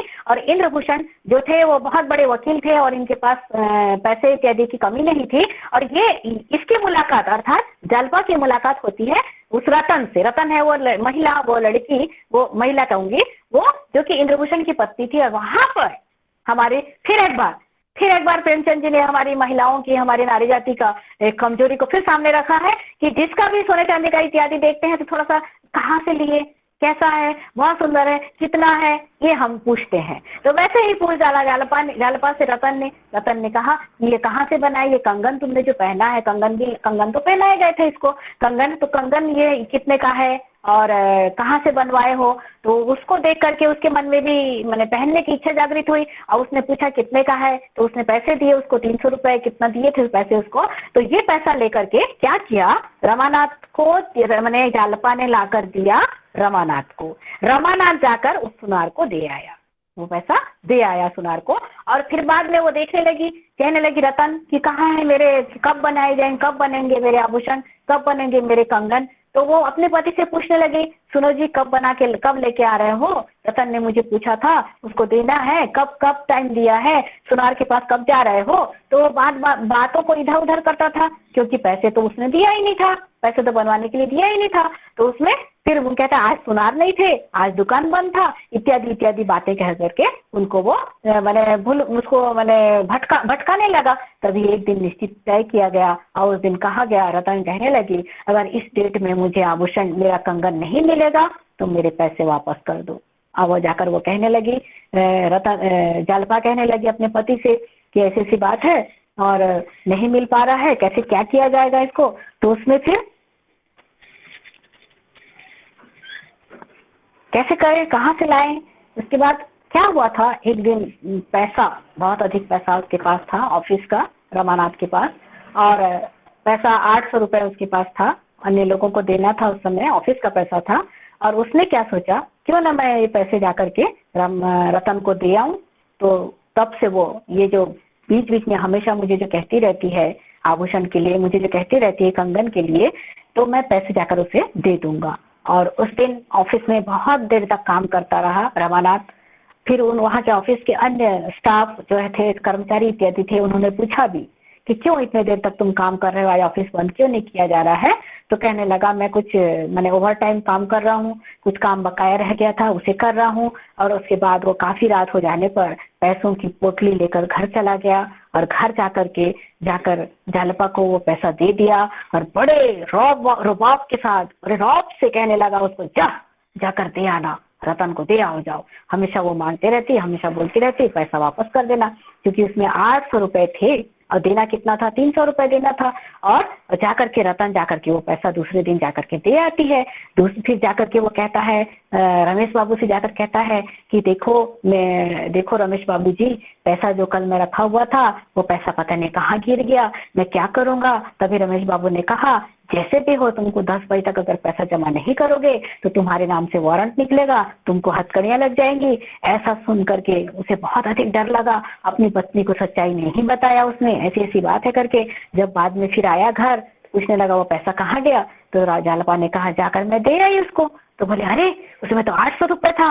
तो फिर तो नहीं, उसमें से और मांग कर ले आओ, उसको तो 300 रुपए देने थे और 800 रुपए के पूरे देकर आ गए। आपने कहा, मैंने पूरा देकर आ गई, पैसा देकर आ गई ना, नहीं जाओ इसको मांग कर लाओ। तो कहने लगे मैं नहीं जाती, मैं जाऊंगी नहीं, अगर जाना है तो आप ही जाइए वहां पर और उस पैसे को ले आइए। तो ये डर के मारे वहां जा नहीं पाया और एक पत्र लिखा और पत्र लिख करके घर में बैठा हुआ था, पत्र लिखा और डर लगा उसको 10 बज जाने पर उसके नाम से वारंट निकलेगा और उसके नाम से फिर पूछताछ की जाएगी, सरकारी पैसा कहाँ चला गया। तो यही उसका गबन है, उसने सरकारी रुपयों का गबन किया और जाकर, ये प्रयाग की कहानी है। उसके बाद आगे क्या करता है, बिना टिकट रेल में बैठ जाता है, कलकत्ते जाने वाली ट्रेन में बैठ जाता है और वहां पर उससे उसकी मुलाकात होती है देवी दीन नामक एक व्यक्ति से, और जिसके जो 2 पुत्र थे जो कि शहीद हो चुके थे और उसकी पत्नी जो है वो सब्जी भाजी बेचती थी घर में, और देवी दिन वो उसके साथ में देवी दिन के पास बैठा हुआ था। जब टिकट मास्टर आया उसे टिकट लेने के लिए पैसा मांगने आया तो उसके पास टिकट के लिए पैसे नहीं है, तब देवी दिन ने उसका पैसे दे दिए और उससे पूछा क्यों भाई क्या हाल चाल है, कैसे आए हो, तुम्हारे पास पैसे नहीं है, क्यों कहाँ जा रहे हो। तो ऐसे पूरे सारा वृतांत उसे समझाया और फिर उसके बाद देवी दिन कहने लगा तुम वापस चले जाओ, पर वो वापस नहीं गया और नहीं जाने पर वो चला गया कलकत्ता। कलकत्ता में गया, वहाँ पे उसकी पत्नी जग्गो थी, वो भी सब्जी भाजी बेचती थी, वो भी आभूषण पहनी हुई थी और जितना भी आभूषण उसके पास था वो सब आभूषण पहनी हुई थी, सब्जी भाजी बेचती थी। और तो वो देखने लगी, एक तो तुम निखट्टू हो, कुछ काम करते नहीं हो, ये पोस्ट ऑफिस में काम करते थे देवी दिन, पर किसी कारणवश इनको सस्पेंड कर दिया गया था और इनके 2 पुत्र थे जो कि शहीद हो गए थे। तो तब से वो देखने लगी कि अकेले ही कमा रही है, जग्गो अकेले ही कमा के इसको खिला रही है और कहने लगी ये कौन है, इसको क्यों लेकर आए हो, ये कहाँ रहेगा। तभी वो कहने लगे देवी दिन ये हमारे घर में रहेगा और हमारे घर में रह के इसको खाना हम रखेंगे अपने घर में रखना अर्थात खाना पीना भी देना, रहने के लिए देना सब जरूरी है, कि वो रह देने से कहाँ रहेगा वो। तो कहने लगे नहीं मैं इसको रहने नहीं दूंगी। फिर उसको पता नहीं क्यों उसके मन में मातृत्व भावना जागृत होती है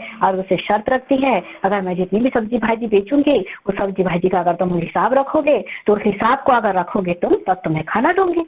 तो कहता है ठीक है और इस प्रकार से वो उसके यहाँ रहने लगता है। परंतु इधर जब हम छोड़ दिए थे जालपा की ओर, जालपा को जब पता चला कि उसका पति मैंने चला गया है कहीं, तो उसने कहीं कहाँ चला गया है नहीं मालूम, उसको घर से निकल गया है पता चला उसको। तो वो जाकर के ऑफिस में अपने प्राणों से प्यारा चंद्रहार, जिस चंद्रहार के लिए वो पड़ी हुई थी, कि उसका सपना था चंद्रहार, जो कि बचपन में नहीं मिल पाया, बड़ी होने पर भी नहीं मिल पाया, कई मैंने बहुत मुश्किलों बाद वो चंद्रहार उसको प्राप्त हुआ था। अपने प्राणों से प्यारा चंद्रहार बेच करके वो जाकर पैसा जमा कर देती है और ऑफिस में जमा कर देने पर उसके नाम से जो वारंट निकला रहता है वारंट कट जाता है। किंतु इसको पता नहीं रहता, किसको, रमानाथ को, वहां पर कि उसके नाम से जो वारंट निकला था वो कट गया, उसको पता नहीं है। उस समय हमारे देश में अंग्रेजी पुलिस के अत्याचार की समस्या को प्रेमचंद जी ने बताया है, किस प्रकार से अंग्रेजी पुलिस हमें सताते थे। ऐसे समय में एक गवाही की आवश्यकता थी, उस गवाही की आवश्यकता के लिए वो लोग इधर उधर घूम रहे थे पुलिस वाले। ऐसे समय में क्या हुआ था कि बहुत सारे पैसे मैंने क्या कहना चाहिए देवी जग्गो के यहाँ वो सब्जी भाजी बेचते बेचते उसको खाना पीना तो मिलता था। एक दिन क्या गया, क्योंकि बहुत चतुर थी, बहुत होशियार थी जालपा, उसने देखा कि मेरा पति तो शतरंज खेलता है, तो क्यों ना मैं शतरंज का एक नक्शा पेपर में दे दूं। अगर पेपर में दूंगी तो जहाँ कहीं भी मेरा पति होगा उस शतरंज के नक्शा हल करेगा और जो भी हल करेगा उसको 50 रुपए का इनाम दिया जाएगा। और उसने एक शतरंज का नक्शा उसमें हल कर देती है उसमें पेपर में, और उसको देख लेता है रवाना, कलकत्ता में रह करके उसको पढ़ लेता है, उसको देख लेता है और उसमें लिखा रहता है कि जो भी हल करेगा उसको पैसे दिया जाएगा और एड्रेस अपना लिखना रहता है, जो हल करेगा अपना एड्रेस देगा वहां पे। तो हल क्या रहता है रमानाथ और एड्रेस अपना देवी दिन का दिया रहता है और इस नाते उसको 50 रुपए भेज देती है जालपा। अर्थात उसको पता नहीं है मेरा पति हल किया है, वो मालूम है, तो कहाँ है, कैसे पता चलता है, उसको एड्रेस से पता चलता है कि मेरा पति कलकत्ते में है। अब हमने थोड़ा सा इधर छोड़ दिया। रतन चूंकि एक छोटी सी मैंने कम उम्र की एक लड़की थी, उसका विवाह एक बूढ़े एडवोकेट से कर दिया गया था, क्योंकि बूढ़ा एडवोकेट धीरे धीरे बीमार पड़ गया और बीमार पड़ने पर उसका ट्रीटमेंट के लिए, उसके उपचार के लिए वो कलकत्ता ले गई। कलकत्ता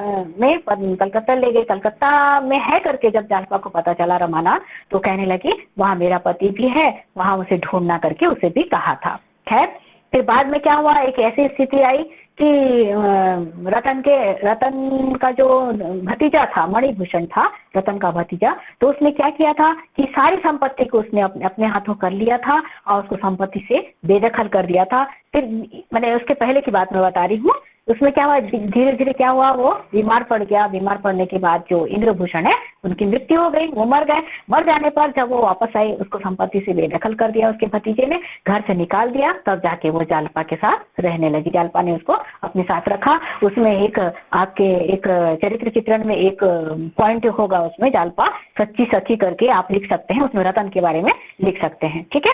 फिर उसके बाद जब हल करने पर उसको पता चला, और हल करने के बाद उसके पास पैसे हो गए, 50 रुपया हो गया। और धीरे धीरे उसने क्या किया, पान की एक ठेला खोली, वहां पर पान इत्यादि चाय इत्यादि बेचता था, पान ठेला खोला था वहां पे, और वहां से उसकी आमदनी हो गई। एक दिन अपना जो स्वभाव से मजबूर, क्योंकि आवारा था, आपको शुरू में स्टार्टिंग में बता दिया गया है, आवारा था, मर्डर गश्ती करता था, पिक्चर सिनेमा इत्यादि देखने जाता था। तो एक सिनेमा देखने वो गया, कौन, रमानाथ।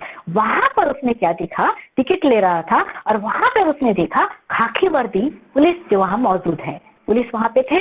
पुलिस को देख करके दौड़ दौड़ कर भागता भागता चला जाता है वो।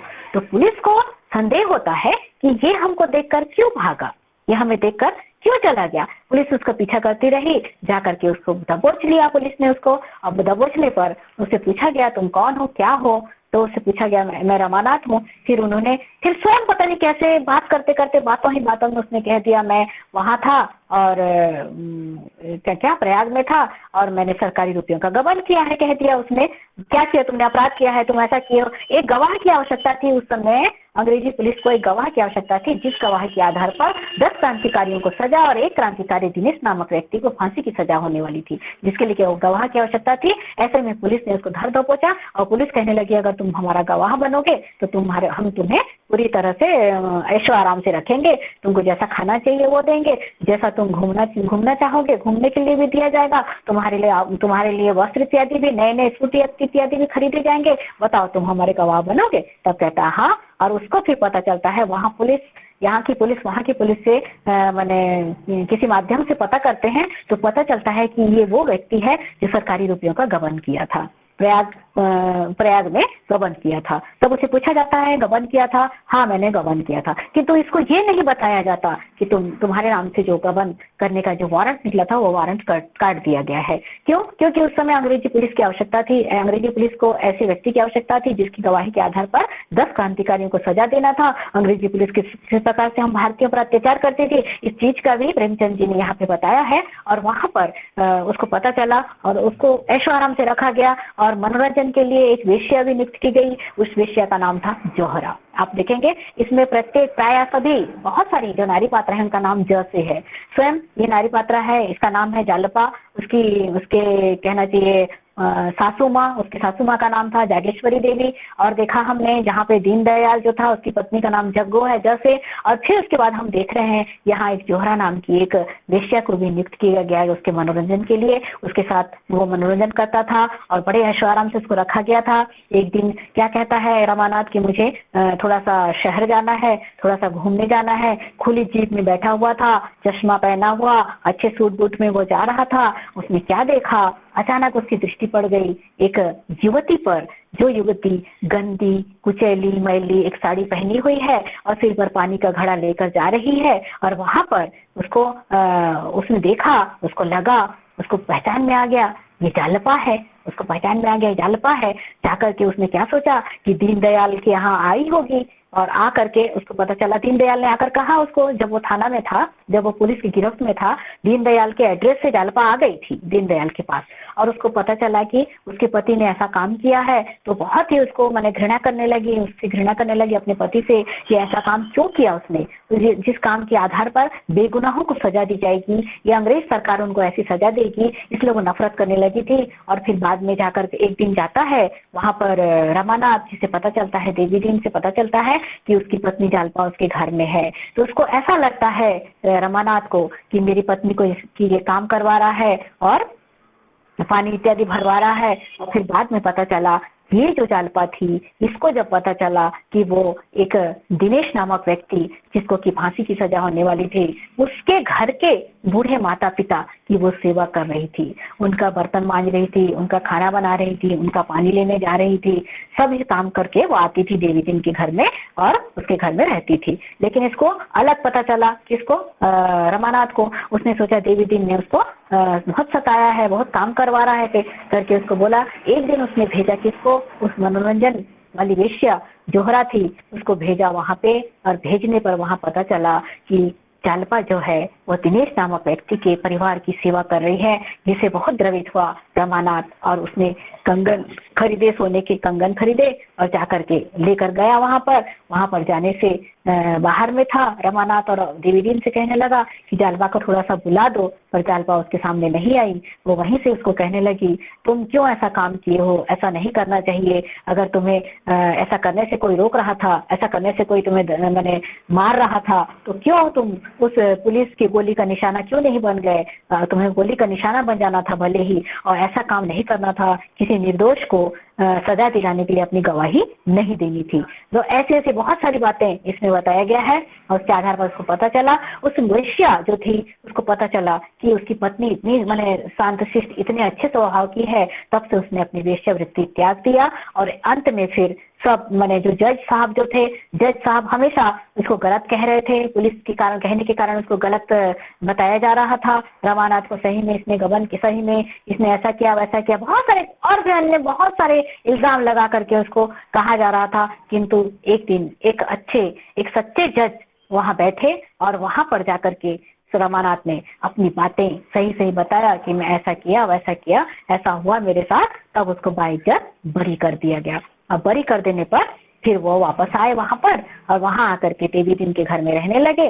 देवी दिन के घर में रहकर वहां बगीचा इत्यादि, उपवन इत्यादि, उन्होंने बगीचा छोटा सा खेती का ये भी किया और फूल इत्यादि पेड़ पौधे वहां पे कहना चाहिए फल सब्जी इत्यादि वहां उगाए, वहां ठीक से रहने लगे। और एक दिन क्या हुआ, गंगा नदी में उफान आया हुआ था और ये लोग क्या गए थे, गंगा नदी के किनारे ये लोग गए थे। वहां पर थे जालपा, रमानाथ और जोहरा, तीनों वहां गए हुए थे। देखा उन्होंने पानी में एक नाव जो है, पानी के उफान में, आंधी तूफान में एक नाव डूबती चली जा रही है। और उनको बचाने के लिए रमानाथ तो चूंकि वैसे भी डरपोक था, वो वहां नहीं कूद पाया पानी में। किंतु वहां जो जोहरा थी वो जोहरा में पानी में कूद गई और उनको बचाने के लिए, उन जो डूब रहे थे उनको बचाने के लिए पानी में कूद गई। परंतु देखा गया कुछ समय बाद वो भी पानी के भंवर में फंस गई। पानी का भंवर आया, उसमें वो फंस गई। कुछ देर तक उसके बाल दिखाई दिए पर बाद में कुछ भी दिखाई नहीं दिया। अर्थात वहां पे वो पानी में डूब करके उसकी मृत्यु हो गई। और फिर ये लोग वापस आए, दुखी मन करते हुए वापस आए और फिर अपना जीवन जीने लगे। ये है आपका गबन उपन्यास। तो सरकारी रुपयों का इसने गबन किया था, इसलिए इस उपन्यास का नाम पड़ा गबन। जिसको कि शायद लग रहा है मैंने जितना भी बताया है और भी उसमें है, उसको मैंने इसमें किस प्रकार से संपत्ति से बेदखल कर दिया इसको ये भी बताया गया है। और किस प्रकार से मैंने एक बात और भी बीच में छोड़ दिया है कि जब वो सोना चांदी इत्यादि वो पहनूंगी नहीं कहती है वो, तभी वो क्या करते हैं, वो जो सुनार इत्यादि आते हैं वो पैसा मांगने के लिए, पैसा दो या हमारा सोना वापस कर दो। तो ऐसे में वो कैसे बोले, रमानाथ कैसे कहे अपनी पत्नी से कि वो सोना इत्यादि मुझे दो करके, कैसे कहेगा वो, जबकि ढींगे हाथ चुका है, बड़े घर का बेटा हूँ, इतनी सारी जमीन जायदाद है, वो कैसे कहेगा। तो एक दिन क्या करती है, ये अपना सोना वोना रख करके अपना अलमारी में रख दी रहती है। तो एक दिन क्या होता है, दोनों बाप बेटे के मैंने जो इन्होंने ये योजना बनाते हैं, उस योजना में क्या करते हैं कि ये जो रमानाथ है उसको एक लड्डू खिलाता है, भांग की लड्डू, और वो लड्डू खा करके वो सो जाती है। सो जाने पर ये दोनों बाप बेटे अलमारी से वो सोना इत्यादि का जो मैंने जो रखा रहता है उसको ले आते हैं और चोर चोर चिल्ला देते हैं। चोर चोर चिल्ला देने पर सभी जाग जाते हैं। तभी वहां पे सोई रहती है जालपा, पता नहीं कैसे उसकी नींद टूट जाती है। और नींद टूट जाने पर वो कहती है, सुनो जी मैंने एक सपना देखा है कि कोई हमारे घर से सोना चुरा कर ले जा रहा है। कभी कभी कहते हैं ना सपना सच होता है, तो यह सपना सच हुआ था और उसको नहीं बताया जाता कि चोर स्वयं बाप और बेटे दोनों हैं। तो खैर मेरे को लगा कि आपको कहानी अच्छा लगा होगा, मैंने उपन्यास का जो सारांश है आप समझ गए होंगे। इसी चीज को अगर आज मैंने पढ़ाया है, इसी चीज को अगर आप समय पा करके थोड़ा सा लिखेंगे तो आपको आसानी से समझ में आ जाएगा। आप इसका सारांश आसानी से जान पाओगे इस गबन उपन्यास का। खैर हम थोड़ा सा और पढ़ा दें। द्विवेदी युग में आए। द्विवेदी युग में अपने पूर्व युग की अपेक्षाकृत समृद्ध हुआ। द्विवेदी युग जो था मैंने भारतेंदु युग से थोड़ा सा समृद्ध था और यथार्थ चिंतनांकन एवं सामाजिक दायित्व का बोध कराने वाले उपन्यास कम ही लिखे गए। देवकी नंदन खत्री एवं गोपाल राम गहमरी का रहस्य रोमांच जनता के लिए सिर पर हावी था। किशोरीलाल गोस्वामी, लज्जाराम शर्मा एवं गंगा प्रसाद गुप्त ने साहित्यकार के सामाजिक दायित्व का निर्वहन किया। किस समय? द्विवेदी युग में। और इस युग में लिखा गया प्रेम। इस युग में कई सारे उपन्यास लिखे गए। फिर उसके बाद आए हम प्रेमचंद युग में आए। मुंशी प्रेमचंद जी उपन्यास सम्राट माने जाते हैं। मैंने कहा ना उपन्यास जो कुछ भी आप साहित्यकार के लिए लिख रहे हैं, जैसे आप प्रेमचंद के बारे में लिखेंगे तो उसमें एक लाइन आप जोड़ सकते हैं कि उपन्यास सम्राट, है ना। इनको मुंशी प्रेमचंद जी उपन्यास सम्राट के नाम से जाने जाते हैं। तो उनका एक लाइन आप ये भी उसमें नोट कीजिएगा, अपने क्वेश्चन के आंसर में इसको भी ऐड कीजिएगा। तो उन्होंने ज्वलंत सामयिक समस्याओं को अपने उपन्यासों का विषय बनाया। देश प्रेम, नवजागरण एवं राष्ट्रीयता से ओतप्रोत उपन्यासों की सृष्टि प्रथमतः मुंशी प्रेमचंद जी ने की। इन्होंने सेवा सदन उन्होंने उपन्यास लिखा। ये उपन्यास भी आपके MSD 14 में है। उसमें सुमन जो है, सुमन को किस प्रकार से वो वेश्यावृत्ति नहीं करती थी, वो धंधा नहीं करती थी, किंतु उस कहना चाहिए उस परिस्थिति में, जिस परिस्थिति में वो जीने लगी थी, उसको उसकी संज्ञा दी गई थी, किंतु वो वैसा नहीं थी। तो ऐसे सारे उपन्यास लिखे गए। सेवा सदन, निर्मला, कायाकल्प, गबन इत्यादि, गोदान जैसे सशक्त उपन्यासों की रचना मुंशी प्रेमचंद जी ने की। प्रेमचंद इस समय जयशंकर प्रसाद जी ने अपना उपन्यास लिखा था, वो था कंकाल, तितली और इरावती। आप इसको बुक में देखेंगे, नहीं तो वो जो मैंने कहा है उस समय मुझे पूछ लेना, आप उपन्यास का नाम भी मैं बता दूंगी बाद में। तो आप थोड़ा थोड़ा नोट करना, मैं आपको समय दूंगी, मैं दूंगी कह रही हूँ आप लोगों को, तो निश्चित रूप से आप लोग को समय दूंगी। आगे बढ़ना है आपको, हिंदी साहित्य जगत को आगे बढ़ाना है, इसलिए मैं आपका साथ दूंगी। तो इसमें कई सारे उपन्यास लिखे गए जो सामाजिक यथार्थ को लेकर के, किस प्रकार की सच्चाई को, सामाजिक सच्चाई में हमारे भारतीय समाज में क्या हो रहा है, भारतीय समाज में कैसा हो रहा है, इन सभी चीजों को उन्होंने अपना विषय वस्तु बनाया। और इनके पात्रों के नाम भी उसी प्रकार के हैं। जिस प्रकार से इन्होंने गोदान लिखा, गोदान में इनके पात्र हैं होरी, धनिया, गोबर, ये क्या है, झुनिया, पुनिया, ये नाम उस समय लिखा उन्होंने। उस समय का परिवेश वैसा था, उस समय के नाम ऐसे थे, किंतु आजकल के परिवेश में ऐसा नाम नहीं दिया जाता। आजकल के परिवेश में कोई भी उपन्यासकार अपने उपन्यास के पात्रों के नाम ऐसा नहीं रख सकता और हास्यास्पद माना जाएगा उसको। किंतु उस समय के उपन्यास, उस समय जिस समय प्रेमचंद का युग था, उस समय ऐसे लिखा जाता था, ऐसे नाम दिए जाते थे, इसलिए उन्होंने अपने पात्रों का नाम भी ऐसा ही रखा। और गोदान उपन्यास की रचना की, बहुत सारे ऐसे उपन्यासों की रचना की। उनके युग में जो थे साहित्यकार, उन्होंने भी लिखा। उस समय हजारी प्रसाद द्विवेदी जी थे जिन्होंने लिखा आत्मकथा। बाणाभट्ट की आत्मकथा आपके कोर्स में था, फर्स्ट ईयर में था वाला। बाणाभट्ट की आत्मकथा एक ऐतिहासिक उपन्यास है, उस समय लिखा गया था। फिर उसके बाद प्रेमचंद्रोत्तर युग, उसके बाद का युग आया, और यह युग समाजवादी उपन्यासों एवं मार्क्सवादी सिद्धांतों का प्रतिपादन करने के लिए जाना जाता है। यशपाल का दादा कामरेड, मनुष्य की रूह, 12 घंटे, देशद्रोही आदि उपन्यास मार्क्सवादी सिद्धांतों का प्रतिपादन करने वाली उपन्यास है। गंगा मैया, निशाल आदि उपन्यास वैभव प्रसाद गुप्त की आंचलिकता के पोषक थे। ठीक है, आंचलिक उपन्यास भी लिखे गए। अंचल विशेष को ध्यान में रखते हुए आंचलिक उपन्यास में सर्वप्रथम नाम आता है फणीश्वर नाथ रेणुका। इन्होंने अपना उपन्यास लिखा है, जिसको आपने पढ़ा है शायद फर्स्ट ईयर में, शायद नहीं पढ़ा है उसको आपने। उसमें लिखा है मैला आंचल पढ़ा है। मैला आंचल बिहार के पूर्णिया जिले का जो मेरीगंज नाम का जो जगह है उस पर आधारित लिखा है, क्योंकि वहाँ के अंचल विशेष के रीति रिवाज, अंचल विशेष का जो रहन सहन, अंचल विशेष का तीज त्योहार, उसको, उन सभी चीजों को एक आंचलिक उपन्यासकार अपने उपन्यास में जगह देता है। जो कि हिंदी साहित्य जगत में मैला आंचल उपन्यास आप लोगों ने जो पढ़ा है, इतना सुंदर उपन्यास, इतना बढ़िया उपन्यास है, जो कि हिंदी साहित्य जगत में उनकी स्थिति बहुत ही सर्वोत्कृष्ट है, बहुत ही ऊंचा उपन्यास है, बहुत ही महत्वपूर्ण दृष्टि से इस उपन्यास को देखा जाता है। इसको पढ़ने से भी बहुत अच्छा लगा है, क्योंकि वहाँ पे जो पूर्णिया जिले का रीति रिवाज, पूर्णिया जिले का रहन सहन, और उसमें जो अंधविश्वासी लोग कैसे करते हैं, किस प्रकार से वहाँ पे एक डॉक्टर नियुक्त किया गया, डॉक्टर प्रशांत वहाँ पे आया था।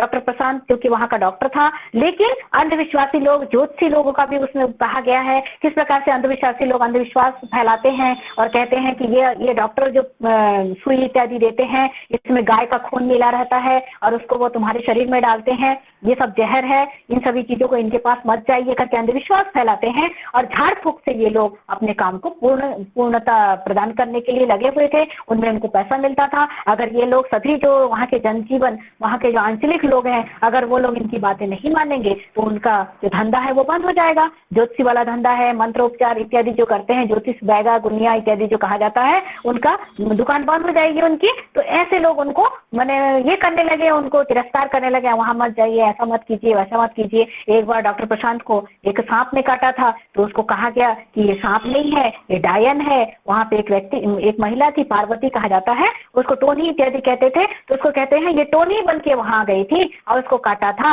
अर्थात अंचल विशेष का अंधविश्वास अभी भी मालूम है, अभी भी अंधविश्वास में क्या है, हम जिसको मानते हैं, कई लोग ऐसे हैं जो पढ़े लिखे लोग भी देखा गया आजकल के युग में, उन लोग ज्यादा मानते हैं ऐसे चीजों को। कहीं कुछ हो गया, कहीं तबियत ठीक नहीं है, जाकर के ज्योतिषी के पास चले गए और डॉक्टर से वो दिखाना नहीं चाहते, क्योंकि वो सोचते नहीं ज्योतिषी से उस मंत्र उपचार से वो ठीक हो जाएगा। ऐसे हमारे भारत देश में बहुत सारे लोग हैं, बहुत सारे लोग हैं जिसको अंधविश्वास पर उनको मानते हैं। अगर हम कहीं जा रहे हैं, बिल्ली ने रास्ता रोक लिया, बिल्ली वहां से जा रही है तो हट जाते हैं, कहते क्या नहीं आगे जाएंगे तो ये अशुभ हो जाएगा। ऐसा नहीं है, जो होना रहता है वो निश्चित रूप से होना रहता है, किंतु अंधविश्वासी लोग इसको जकड़े हुए हैं, इस चीज को लिए रहते हैं, इसको गांठ बांध लिए रहते हैं कि नहीं आज बिल्ली ने रास्ता रोका है, आज हम नहीं जाएंगे। तो ऐसे अंधविश्वासी लोग इस आंचलिक परिवेश में रहने वाले, इस अंचल विशेष के लोगों की जो विशेषताएं हैं, उनके जो क्रियाकलाप हैं, उन सभी चीजों का वर्णन एक आंचलिक उपन्यास में किया जाता है। और फणीश्वर नाथ रेणु ने वर्ती परिकथा, मैला आंचल इत्यादि जो उपन्यास लिखा है उसमें वहां के माने जन जीवन को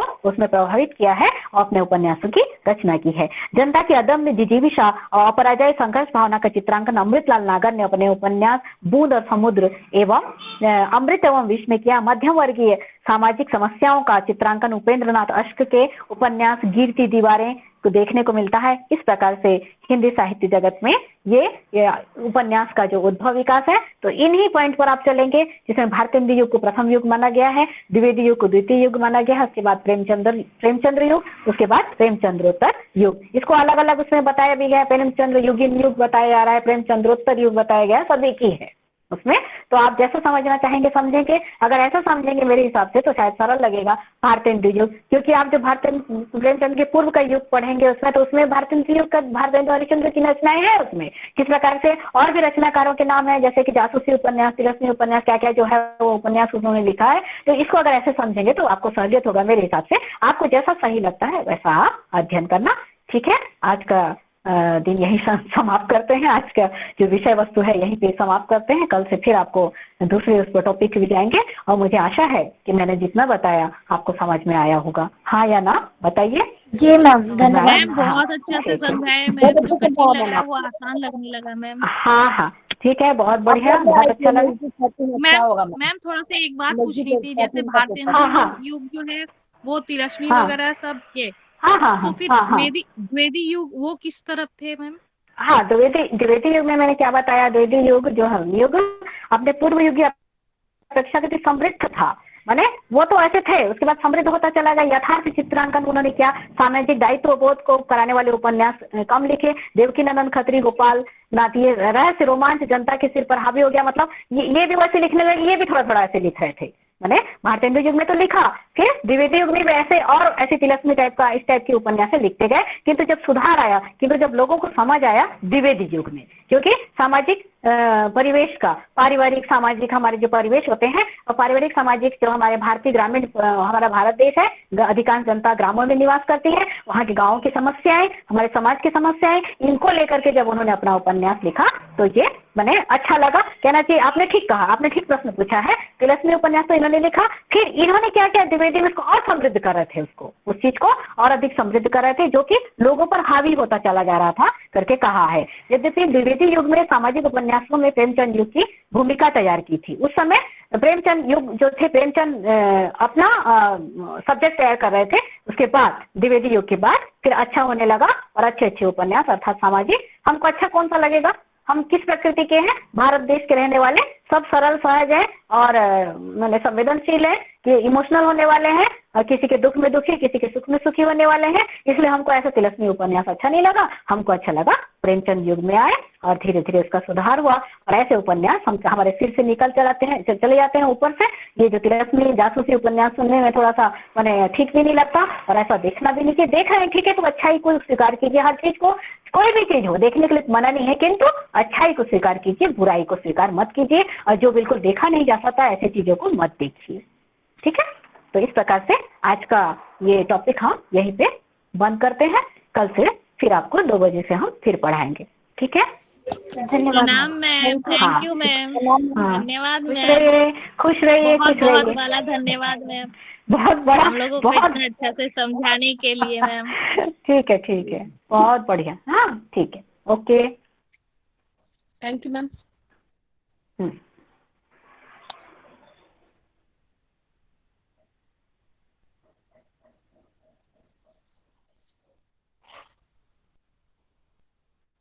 अन्नू अन्नू